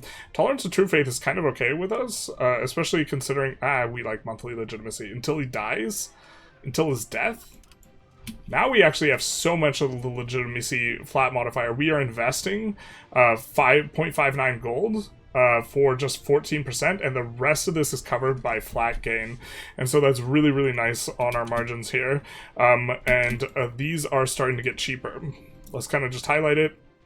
Well, actually, it's stalling out a little bit, but at least we don't have more expensive lumber. Do want to get kind of this going. on this. I guess waiting a little while longer. We're going to just be putting in multiple roads at once here once this kicks off. Colony on here is also almost finished, just a little bit more, maybe 5 or 6 more months, and that will be done. Another thing I'm curious about is if the AI cares a lot about there being a surplus of these goods, because it knows it's going to be creating demand for these goods in order to put this in, because it's just as we're acquiring a surplus in all of these, they start smacking down a whole bunch of roads, which is kind of, I don't know the exact AI motivation, but that is something that we're noticing is we had quite a while without roads being built, and now there are 4 being built simultaneously, and it's not just that we're making more money, because the burgers aren't making a ton more money, they're not really the ones making an enormous amount more money. We looked at them before, they were only making 9 net ducats. A big portion of our net ducats has to do with diplomacy and trade, because we have now 2 more subjects and we're getting war reps off of Ajurin. So I'm a little bit, I think that it is probably this is what's going on. We also notice that something that has been annoying, or somewhat annoying here, is the peasants really love building these shipwrights. And we don't want to pay the maintenance on these shipwrights, and so we're closing them every single time. But eventually, that's actually going to be pretty nice, because we will want those shipwrights at some point in time when we want to start exploring and colonizing and this type of stuff. I think that this is going to end in just 1 tick from now. We're not going to start a new colony. We're just going to let this other one finish, the Kutu one, which is also getting somewhat close to being finished. We're 22% of the way done with Kutu itself. Do have quite a bit to go in terms of percent, but nominally this is not a lot of pops, and so it won't take us very many peasants to finish this one out. And kind of expanding out from Kilwa, which is nice, we are putting in a few more missions. In particular, we're putting in a mission so we can finish this province, and then we're going to look to finish this province because there is some lumber here, which is nice, and this will bring us kind of 1 step closer to the gold, which I think we want to move towards. But also, very importantly, we are going to look to do this province as well sometime in the near future. We have already built missions here, I think, or at least here we have built the mission. The mission here is, or the reason we built it here is because we do have primary culture here, so that should finish instantly when we do look to finish it up. But after we do that, we will be able to connect via this lake all the way down to this gold if we colonize this gold. And so even though we're colonizing it through here, and the overall infrastructure through here would not be very good because we're entering here with 4 proximity, it doesn't matter. We're going to go through here on the proximity instead of going through here, and we do have roads here, and we do have 40 proximity here. Okay, maybe it gets down to 25 here, but it's only going to be like 5 to get to the gold, so the gold will have something like 20 proximity. So we get decent timing here on our parliament with the expand gravel road network. We are not going to pass this because we don't want to push towards centralization, but this decrease on gravel road costs is going to be very, very nice for us. Also, the decreased building time is going to be nice as well.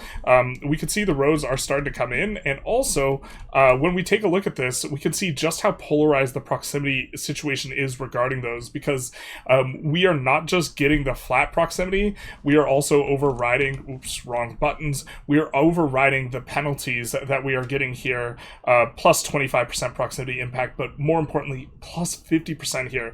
So we really do want to get roads down, or like it's more effective for us to get roads down in areas where we have no roads. And now we have a decent enough price collapse that we are going to build a few roads ourselves. This road before we clicked the parliament was a little over 200 ducats, now it's 160. We could see that we are getting, okay, it's not a full price collapse, but it is still one that is going to be good enough that we're going to invest in it. And we're going to go here, and so these 2 places will get roaded, and then we're going to want to road these 2, but I think we're going to come ahead and just road the livestock and this, because we want to get the roads down there in particular, and then we can road these 2 together, which should be okay. We're going to take a look if we have any RGOs in particular we want to get going. Actually, let's see, where do we have the roads and any RGOs we want to get going? Not too badly, but we could also... We want to make sure that we have roads in the RGOs we want to expand out, but we also want roads...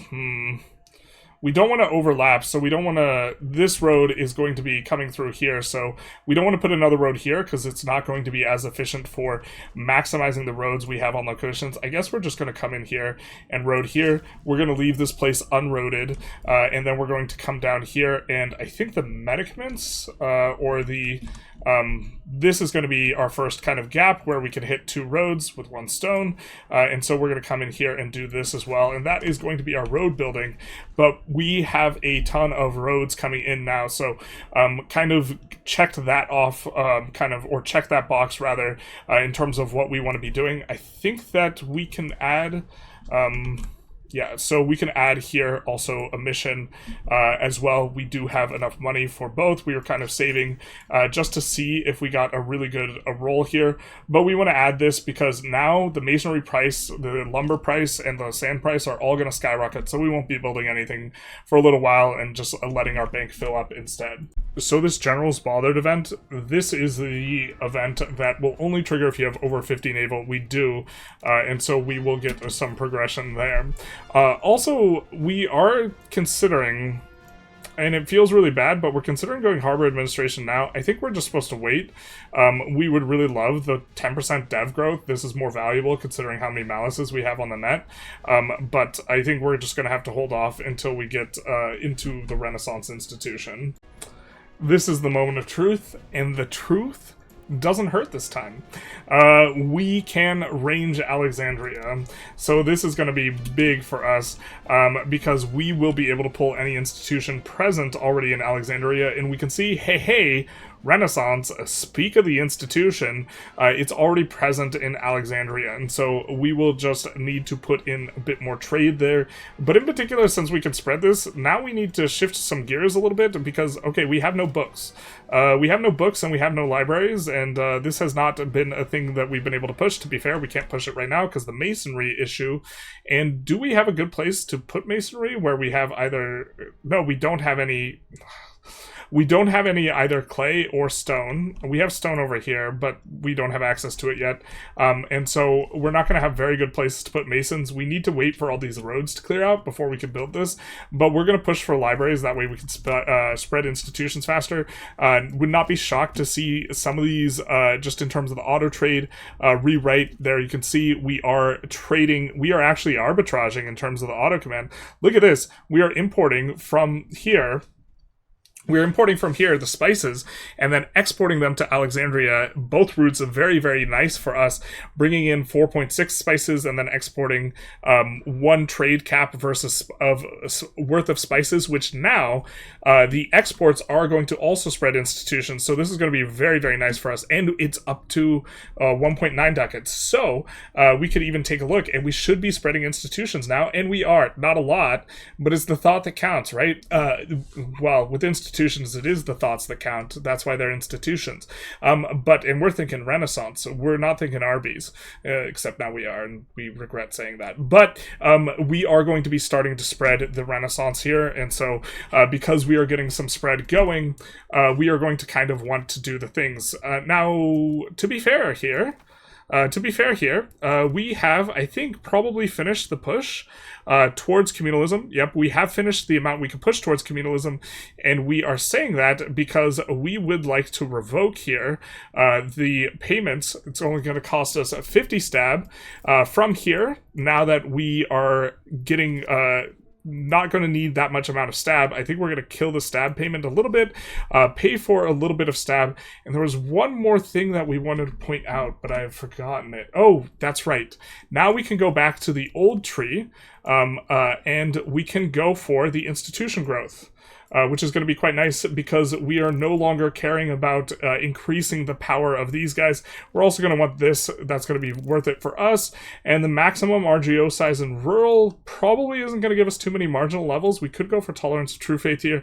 I think we'll probably look to think our way through what we want to go next. But if we have anything that gives institution growth, I think there's a couple things that give institution growth. And so we would like to get anything like that. Doesn't look like we have any additional things. I thought there was one additional Muslim tech that gave institution growth. It looks like that is maybe not going to be the case, and so we are just going to, I guess, be emphasizing that we're going back for this so that we get the institution growth, and also going to be looking to put in a library into Kilwa, into the capital, for the purposes of increasing institution growth. So we don't have any books in the market right now. Books are going to be the next thing on the horizon. Well, we had our ruler die, and then we had his kid slain. Pretty unfortunate to be getting this stab hit here. And then she's going to be taking over, I suppose. Except for I guess she's not that old. She does have a husband. She is married out, and so we do have a consort, so hopefully we have more kids.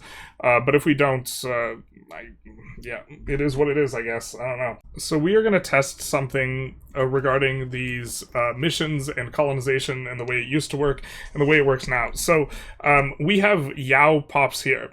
It used to be the case that if you accepted a pop or a group, and here we can accept for one additional cost here, so that's going to be a little bit expensive, but we'll accept them here.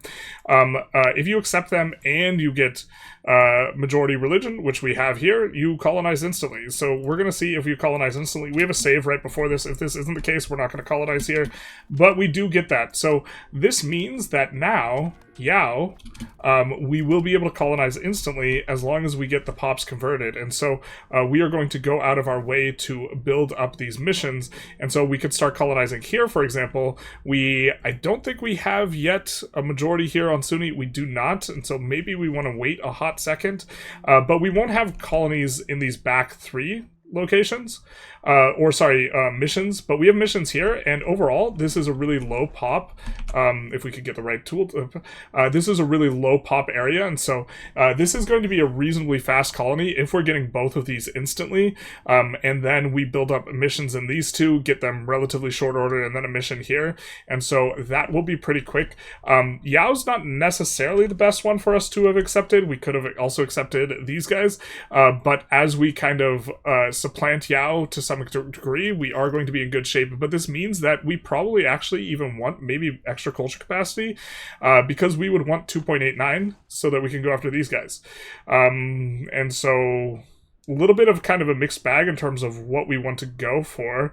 But I think what we're going to do is in the tech, we're going to come back to our handy-dandy sub-Saharan tree, which is oh so nice, and pick up the culture capacity or put it at the end of the queue, knowing that this is probably going to come in quite nicely for this plan. And then I think that we'll just wait until this colony finishes and then get started on this other one right here, which is going to be very nice for us. We also have a ton of sturdy grain output, and also sturdy grains are relatively profitable for us right now, and so that is going to be good. They're above base price. We could use diplomats. I think we'll go to use this, though, for the extra relations. We probably should have done the diplomats. And we get our parliament right here. So that's going to be pretty nice here. So we could do increased naval infrastructure. This is probably what we're going to do to push the naval, unless we have something really, really good. Have been kind of low rolling. We have maintained now for quite some time at least one member of cabinet being in the burghers. And we still have yet to roll the burghers cabinet member one of these. I think that we just want naval infrastructure. This is going to actually be a decent chunk of dev on a bunch of different locations, but what we're really after is the progress towards naval here, and so we want to pass this one through, and so it's going to be pretty straightforward. And capital economy, decent roll here. Tax exemption we aren't going to go for. We know we want to pass this, and so this is probably our parliament. We're just going to take the pass rather than going for additional taxes, which is what we would have gone for otherwise. These guys are almost done. Just going to double check this real quick in terms of, we could also wait if we wanted to make sure that we got way more Sunni pops, but I think that that won't be necessary. This guy, we do not want to die. We do not want him to die because he is our only burger guy. And so, he is the Burger King. And so, we're going to actually start this colonization here. We don't care if we get -5 support, and this should finish instantly. That colony is going to probably finish this month, and both of these finish instantly. We get cores on both of them, and then we are going to be in on these two here. Also, picking up some very, very nice lumber, which is going to be great for us. And starting to get promotions in on these tribesmen is also going to be nice for us. They are of the correct religion, but now we could come in here. I don't think these are too expensive, but even if they are on the expensive side, no, they're not on the expensive side. We do want to get these down quickly so that we can convert faster, so that we can colonize faster. These are the correct... oh, actually, just one of these is Yao. Interesting. So we could also think about, yeah, trying to colonize here, East Yao, which is going to need a couple more of these. And so I guess we're expanding out these a decent chunk, and we're expecting that we're going to be accepting this Makaua. And so with that expectation, we can add some more of these. We don't have the requirements over here.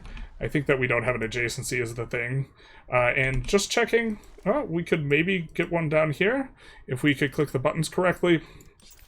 Or a couple, one here.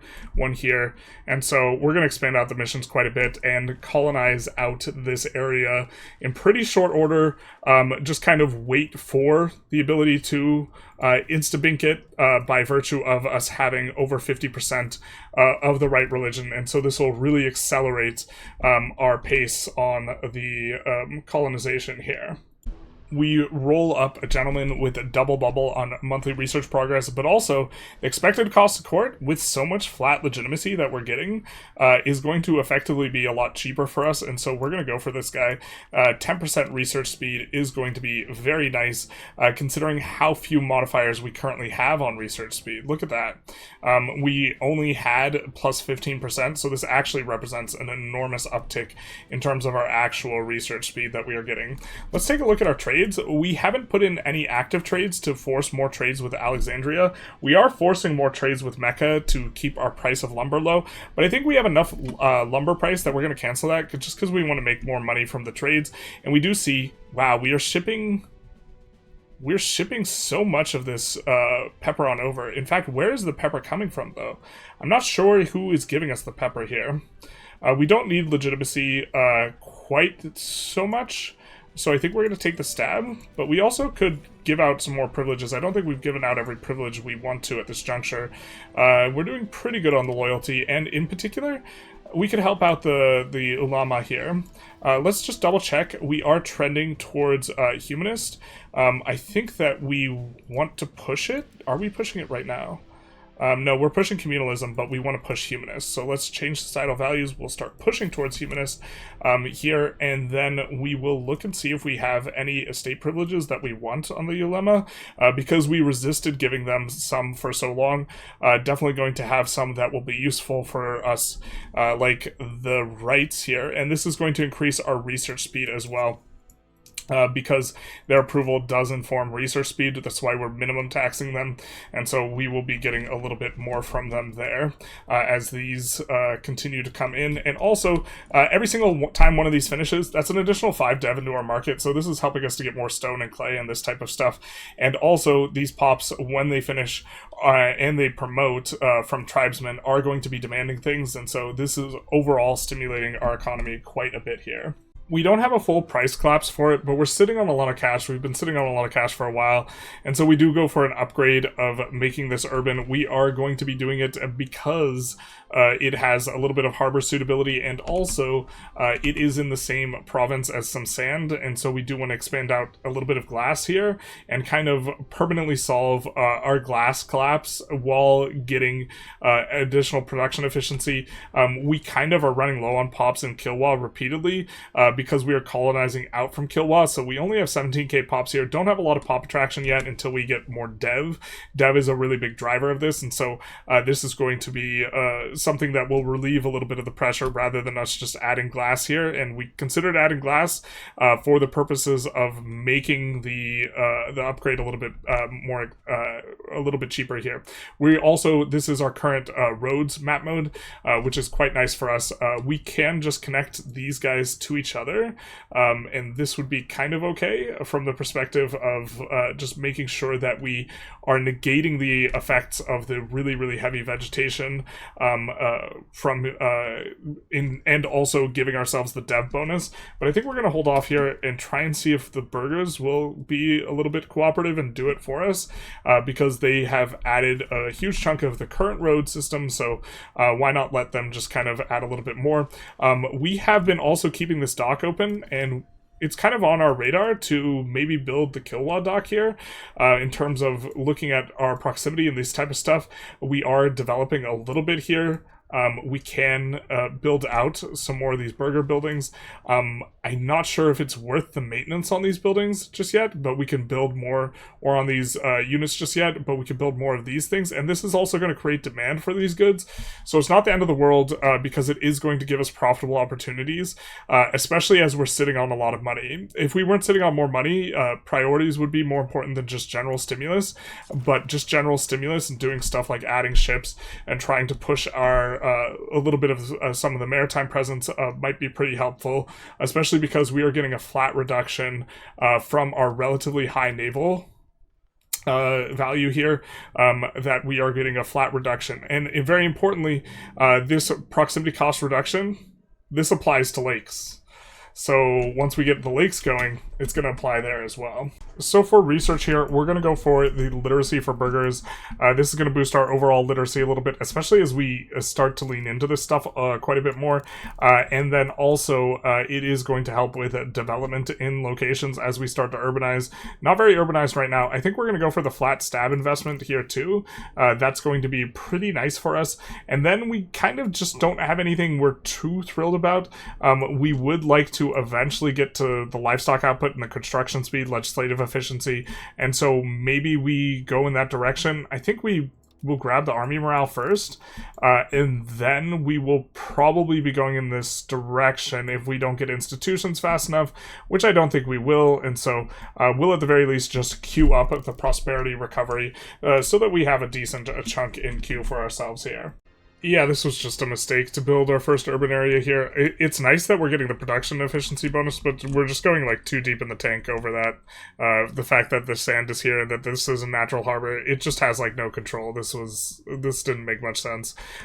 We should have just built either here or here, and here would have made a whole bunch of sense because we actually have a lot of pops there, and it's also in the same province as cotton, and so this would be very, very useful, and this should have been what we did. So we'll do that now. Little bit of a mistake.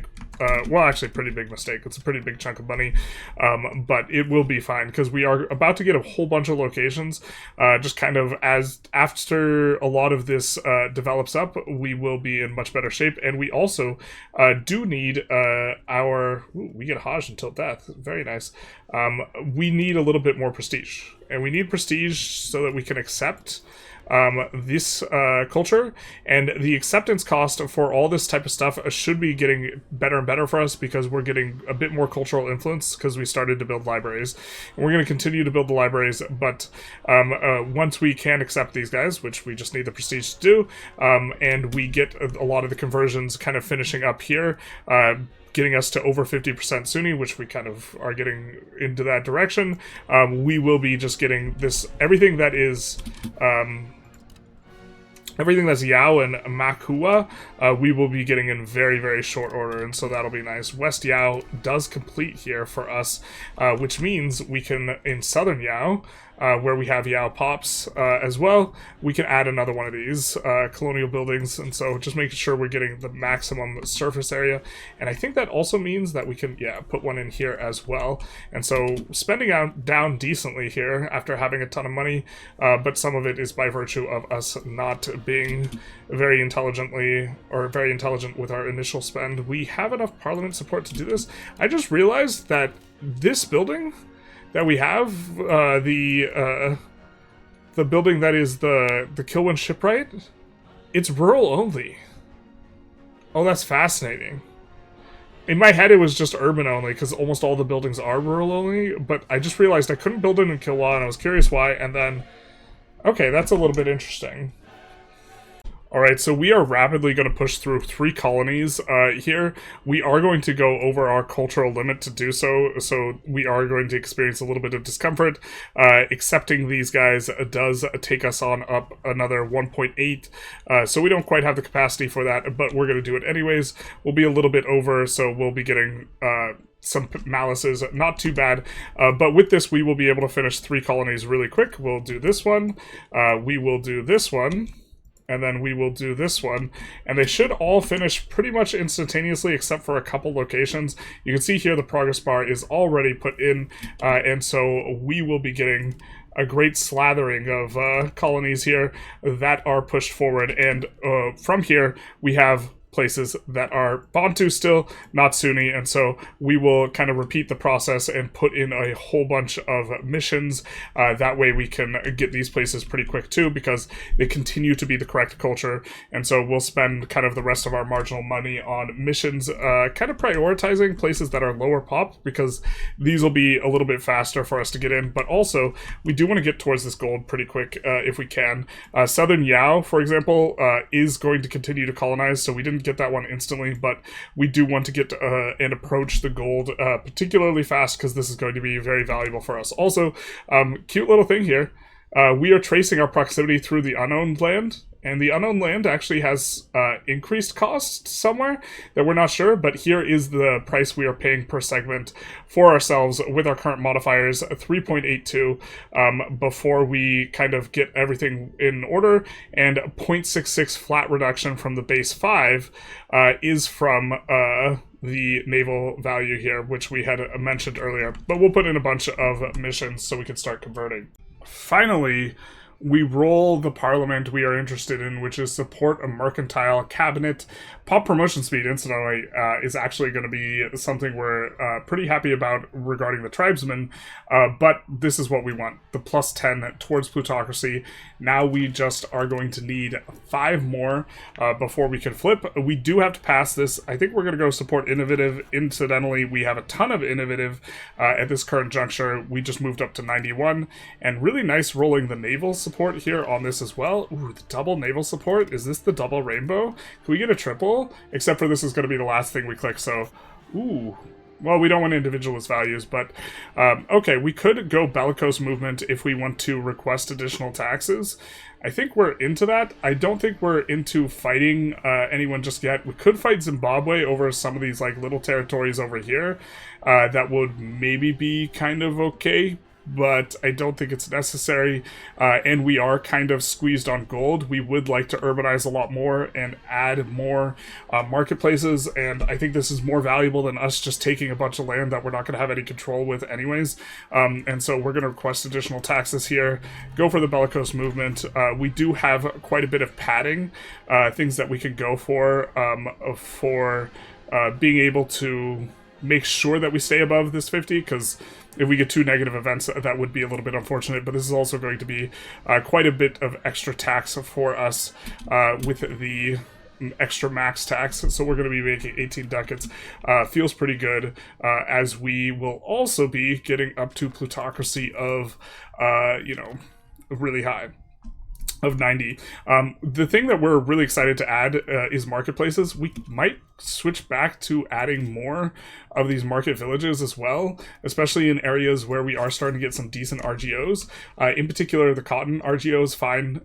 Definitely like getting market access on the cotton, but we could also add this on the ivory. We could add this on the iron, these types of things. Reasonably priced here, and this is, it's only 1/10 kind of the price, so we would have to build 10 of these. I'm actually not sure if this is better than urbanizing. It's probably not as good as urbanizing.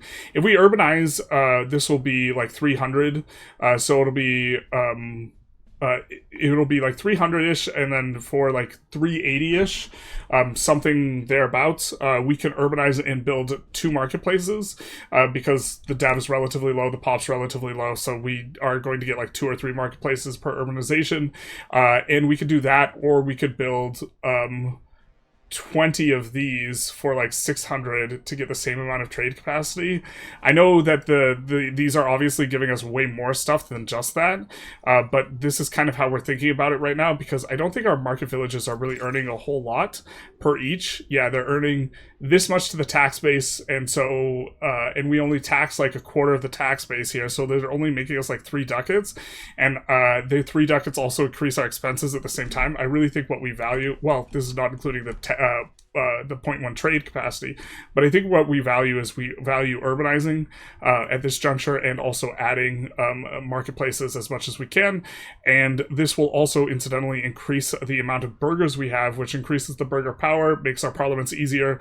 I don't know if it increases our chance of rolling some certain events and this type of thing, but these guys are also going to eat quite a bit more in terms of consumption. And this additional consumption is going to be more opportunities for profitable building. Unfortunately, not any fine cloth yet. I think that maybe do we need to have 20 dev? Maybe we need at least 20 dev before the fine cloth demand pops up. Something to this effect. But I think it's going to be a little bit better to urbanize and then go in for that. So we're going to be keeping our eye out for where we want to urbanize, specifically areas which can get high dev. And so we're going to want flatland forest or flatland grassland. And I think that this is like kind of our only flatland grassland, so this is probably going to be the next urbanization we go for. Or also, we care about dev and pop, and so maybe we go for something that's really, actually this is really high pop. This could be reasonable as well. And it's in the same spot as the sand. Man, we should have done this instead of the fruit. Or actually, we'd just gotten this place, so we couldn't have made that choice. So we have a little bit of a situation here in that this location here exactly, it has one of our missions in it, and they don't have enough goods, unfortunately. Now, they would have more market access towards us if we had more roads. And so I think what we're going to do is we're actually going to kind of focus on the roads a little bit more. We've been focusing on them, or we focused on them a little bit at the outset. They are really expensive, so we don't want to constantly be sinking money into them. But now I think it's time we return to the roads. The idea being is that as we pay for more roads, we will improve market access down this way and hopefully pull this into the market so that the mission can become more successful.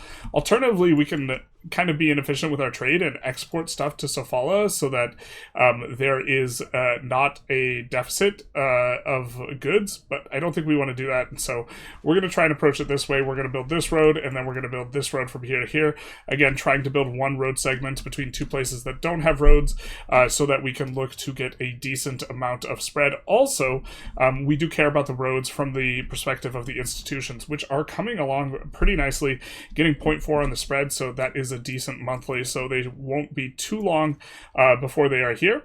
We also have additional kind of capacity here. We went for this. We knew that we were probably going to be going for livestock and also legislative efficiency here.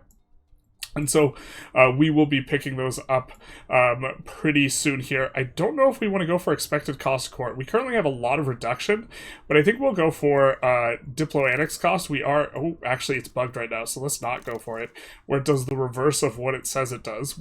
That'll probably be fixed relatively soon, but it is bugged at the moment. And now we kind of have a lot of the basic research we want, so let's take a look at the Age of Traditions. We do want that manpower. We will want that literacy as well, and then we will also want definitely the maximum RGO size in rural will be good for us. I think we will probably want unemployed slaves promote as well here. That will be pretty good, but we'll definitely want tolerance to true faith. So that'll be 10 researches into the queue here. We are getting quite close to 100 capital economy, spiking a nice event that is going to give us a +5, in addition to production improvements, which, yeah, 5% production efficiency is going to be a pretty nice modifier to be adding on top of stuff. We are starting to get a little bit more production, not a ton. We are, for example, having some production buildings in here, getting a little bit out of the cloth, especially with the production bonus that we are receiving from producing that in there. Just producing currently in here here, a little bit of, what is it, trade capacity. There's not really good adjacency bonuses, and our trade is marginally giving around 1 ducat, which is going to be quite nice. You can see we're exporting some of this stuff now, which is also going to be nice, because we'll both generate money from the export, and also this will help us to maintain good profits on the production, but really kind of a lack of demand by virtue of us not having enough dev and not enough pops. We have started to colonize this. This is going to take forever, and that's going to be a colonization we leave in for some time, and we're just going to do the instant colonizations other than that only. We are waiting on this, for example, to get to be majority Sunni, at which point we will be able to insta-colonize, because we have the entire rest of the province all wrapped up for ourselves. In fact, we could probably just click the button now, just because we're watching it, just like that, and we will colonize, eat another day, ask to improve cultural opinion, sure. That will be nice for us, because so we can integrate them faster, and you can see this is 100% on all of it. We'll keep it as Kilwa for now, everything's cored, and so that is going to be nice. A first marble source, and I think that these will flip into our market, because we do have market attraction to our own stuff, but now, okay, the entire point of us building the roads is kind of a little bit obsoleted, because we were trying to pull this stuff into our market. Did it really not pull into our market? That's incredible. Yeah, okay, I guess it's off by a little bit, but we are still building a little bit of roads. I think this is our next urbanization, just because it has so many pops, and it's going to be nice for us to build libraries where we have a lot of pops, so we get a little bit more spread for the institutions, and we're starting to think about institution embrace speed, and so this is one that is on our radar in terms of expenditure. And another expenditure is we might build a road from here to here, because the way that we're tracing proximity to the capital is actually through here anyways. In long term, this road to this location is going to be best. And then from there, every single thing that is attached to this lake is going to be gaining access to this through here using 5.5 proximity. And so everything will be really, really close. And so this is one of the reasons why we're trying to prioritize this gold, is because this gold is not the right culture. So we're not going to be able to flip it. We can't accept Chewa. We don't have a good way of accepting Chewa, other than converting a bunch of our pops to Chewa, which I guess we could do, but I'm not sure it's worth the cabinet action. So with that kind of in place, we're probably just going to be taking all of these free colonizations. Incidentally, we do need to continue to expand out the missions. We need a mission right in between here, because this is the entirety of the province. So once that gets converted and will be colonized instantly, then we will go for the colonization there. I think we might also have an instant colonization in here. Looks like we are still waiting actually on, yeah, so still need more Sunni pops in here, but then we will have almost instant Niani will be waiting actually, and we don't have a really good way. Oh, this is so many pops there, 24k. Maybe we made a mistake and we were supposed to colonize this and then accept the pops. We could cancel our colony. The problem with canceling your colonies, it is like a pretty big stab hit if I recall correctly. Oh, it's not too bad. We would lose our investment money, but if we take Niani here and we colonize this, I think that we will be able to accept the pops, and then we will be able to get into Chewa a little bit easier. But I'm not sure if we're supposed to abandon the charter here. It is really expensive per month. Let's abandon it. It used to cost you 10 stab to abandon, but knowing that we are going to be getting these three instantly, and then going to be on Niani, and then after this being able to accept Chewa, that's probably a little bit more precise. Just checking to see if we have a little bit of, we do not yet have installed any sort of missions, and so the missions are coming in quite clutch here, allowing us to colonize quite a bit faster. Once we finish this, also we will be able to mission up this, and so that'll make it easier for us to get this province as well. And then I think that's the end of this particular culture which we have accepted. But we started off the run with like a third this amount of pops. And so we are popping up really, really quickly. And also, we started the run with like 20 dev or something inside of our market, and now we have like maybe 100 dev or something like this.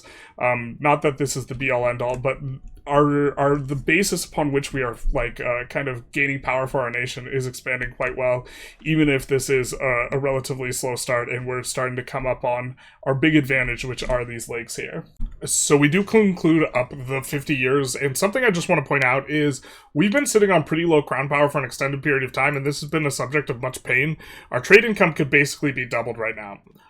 Fairly easily if we had more crown power. And I think that the mistake that maybe we are a little bit more careful on moving forward is not putting our leader into the fleet unless we have a lot of crown power characters. We probably got a little bit too aggressive and a little bit too greedy because they are more likely to die when they're leading the fleet, although it's a great source of crown power, both the fleet and the army. This has been quite a bit of pain, and so this could be a very significant improvement one could make on the run, because we've been sitting at 15% crown power, which means that we have been eating pretty big tax efficiency malice off the back of this, and so this has been something that has been quite a bit painful. But I do think that this run has pretty good prospects, just in general, given how weak Kilwa is at the start. You start with like 200,000 pops and basically no development, this type of thing. Incidentally, I think we've just been kind of over-focusing the development in terms of how important it is. It is important, but we've been emphasizing a lot because of kind of the unique situation in Kilwa, where your market basically starts with no dev, and we're doing a lot better. We are gaining a decent amount of dev because we have a decent amount of prosperity, and we're starting to get the roads, and so this is going to be pretty good. As far as prosperity goes, this is what we're looking at here, and this is without decentralized bureaucracy. After decentralized bureaucracy, we'll be trending up towards 98% in some of these locations, something like this, and when we get free subjects all the way filled, I think we will be trending towards 100% courtesy of kind of, I think that you get roughly 95%. I'm not sure exactly where. I think you get 95% vanilla, and then we'll get another 5%, or we're getting another 10% off the back of the Muslim, law for the lenient taxation, which is, as prosperity is like, wasn't a super rare modifier before, but now with the changes to it, the fact that you want to stack up to one of it does make it a little bit hard to get that one, and so another win in the kind of Sunni column for like being one of the best religions is getting access to prosperity on top of all of what's going on as a result of this Ikta taxation, which isn't even what you would go before. Before you would go tax farming eventually for the tax efficiency. So, okay, so that's kind of what we have going on. Just kind of cruise through some of the things. Control. We hadn't built any bailiffs because eventually we can get control to all of this. It felt a little wasteful, but man, oh man, the roads are expensive. That's really kind of where the future is for us, is building a bunch of these roads, because the roads are so much better now, especially at overcoming the vegetation, which that is the story of our life here, in addition to the flat reduction, which is quite large. The combination of road and rivers is going to be pretty big. We don't have any premiums, and the premiums are on the horizon. Just a bunch of gold over here, and as far as pop goes, this stuff will colonize really, really fast, and so we do have that kind of coming on up relatively soon. Population is also maybe worth looking at. This is another thing that is kind of one of the features of Kilwa, and anyone who can colonize next to their own market and take all the land themselves, is our population's just exploding here. We've 3x'd our population. We took like 20k in terms of direct take from here, and then we annexed our subject over here, which I suppose is actually a decent amount from this location here, but this is just 100k. Even without this, still an enormous come up as a result of getting all of these free colonies down here, basically utilizing the missions, and so this has been quite strong. Let's see if we could talk through anything else. I think that that's kind of the major points we wanted to draw with Kilwa. I suppose looking through our values, this is what a lot of the opener is generally about, and we've done a pretty good job pushing various values as much as we can. Decentralization is pushed. We can push this a little bit more. If we gain some more trend, we just need to get some more subjects. Innovative, we're just a little bit slow on wanting to add subjects because of the tributaries. The more vassals we have, the slower it'll be, or the more difficult it is to get the tributaries to flip. And so we want to flip all of our tributaries first. We have a lot of innovative, we have a decent amount of humanist, just a couple events away from having 50 plus humanist. We are just a little bit away from being able to go 95 plutocracy to be able to swap up onto a republic, which I think, especially after itinerant court nerfs, is going to be kind of what we're into. A little conciliatory push, quite a bit already pushed towards naval and capital economy, so do feel in pretty good shape here, and kind of in terms of what's coming up, we also do have very soon the institution, so no struggle on that front. And also literacy, we have talked about this a little bit. We have added schools or libraries. We're going to be adding a little bit more of those, and that'll help to spread the literacy as well. I suppose maybe we want to urbanize this and add one of these, because this is quite a bit of pops. We could also, we annexed these guys, we could release them again, but that seems a little bit strange. There's maybe some argument towards us using a lot more subjects here, because they will use dev province really frequently, especially if they're OPM. This guy was using dev province earlier, he's not anymore, but this guy is using dev province, and so this is a good way to net add provinces, and when you don't have that much control, maybe a little bit of a reasonable plan. But anyways, I hope you guys enjoyed this run. If you want me to continue it, please comment below, this type of thing. I think we're going to take a few starting steps, and then based on which ones get the most views and feedback, probably continue them, this type of thing. And I think we're probably going to try Korea, Ottomans, and Kilwa here, and maybe Majapahit as well. Majapahit is kind of somewhat similar to Kilwa, except I think Kilwa showcases the changes a little bit better, so maybe Kilwa is a little bit better of a choice. But if you like this video, feel free to like, comment, subscribe, hit the notification bell, YouTube algorithm stuff. Also, if you want to support the channel, a good way to do it is to use our code on the Paradox web store. Anytime you're buying a Paradox product at full price, if you buy it off of there, we will get 12% of the sale. And that's a good way to support the channel without any extra expense, just some inconvenience, because they will be emailing you the code. But other than all that, I hope you guys enjoyed this run. It's been kind of a fun little start, a little bit slower after playing a lot of GPs, and so had quite a bit of fun doing it. But other than all that, y'all have a good one. Bye-bye now.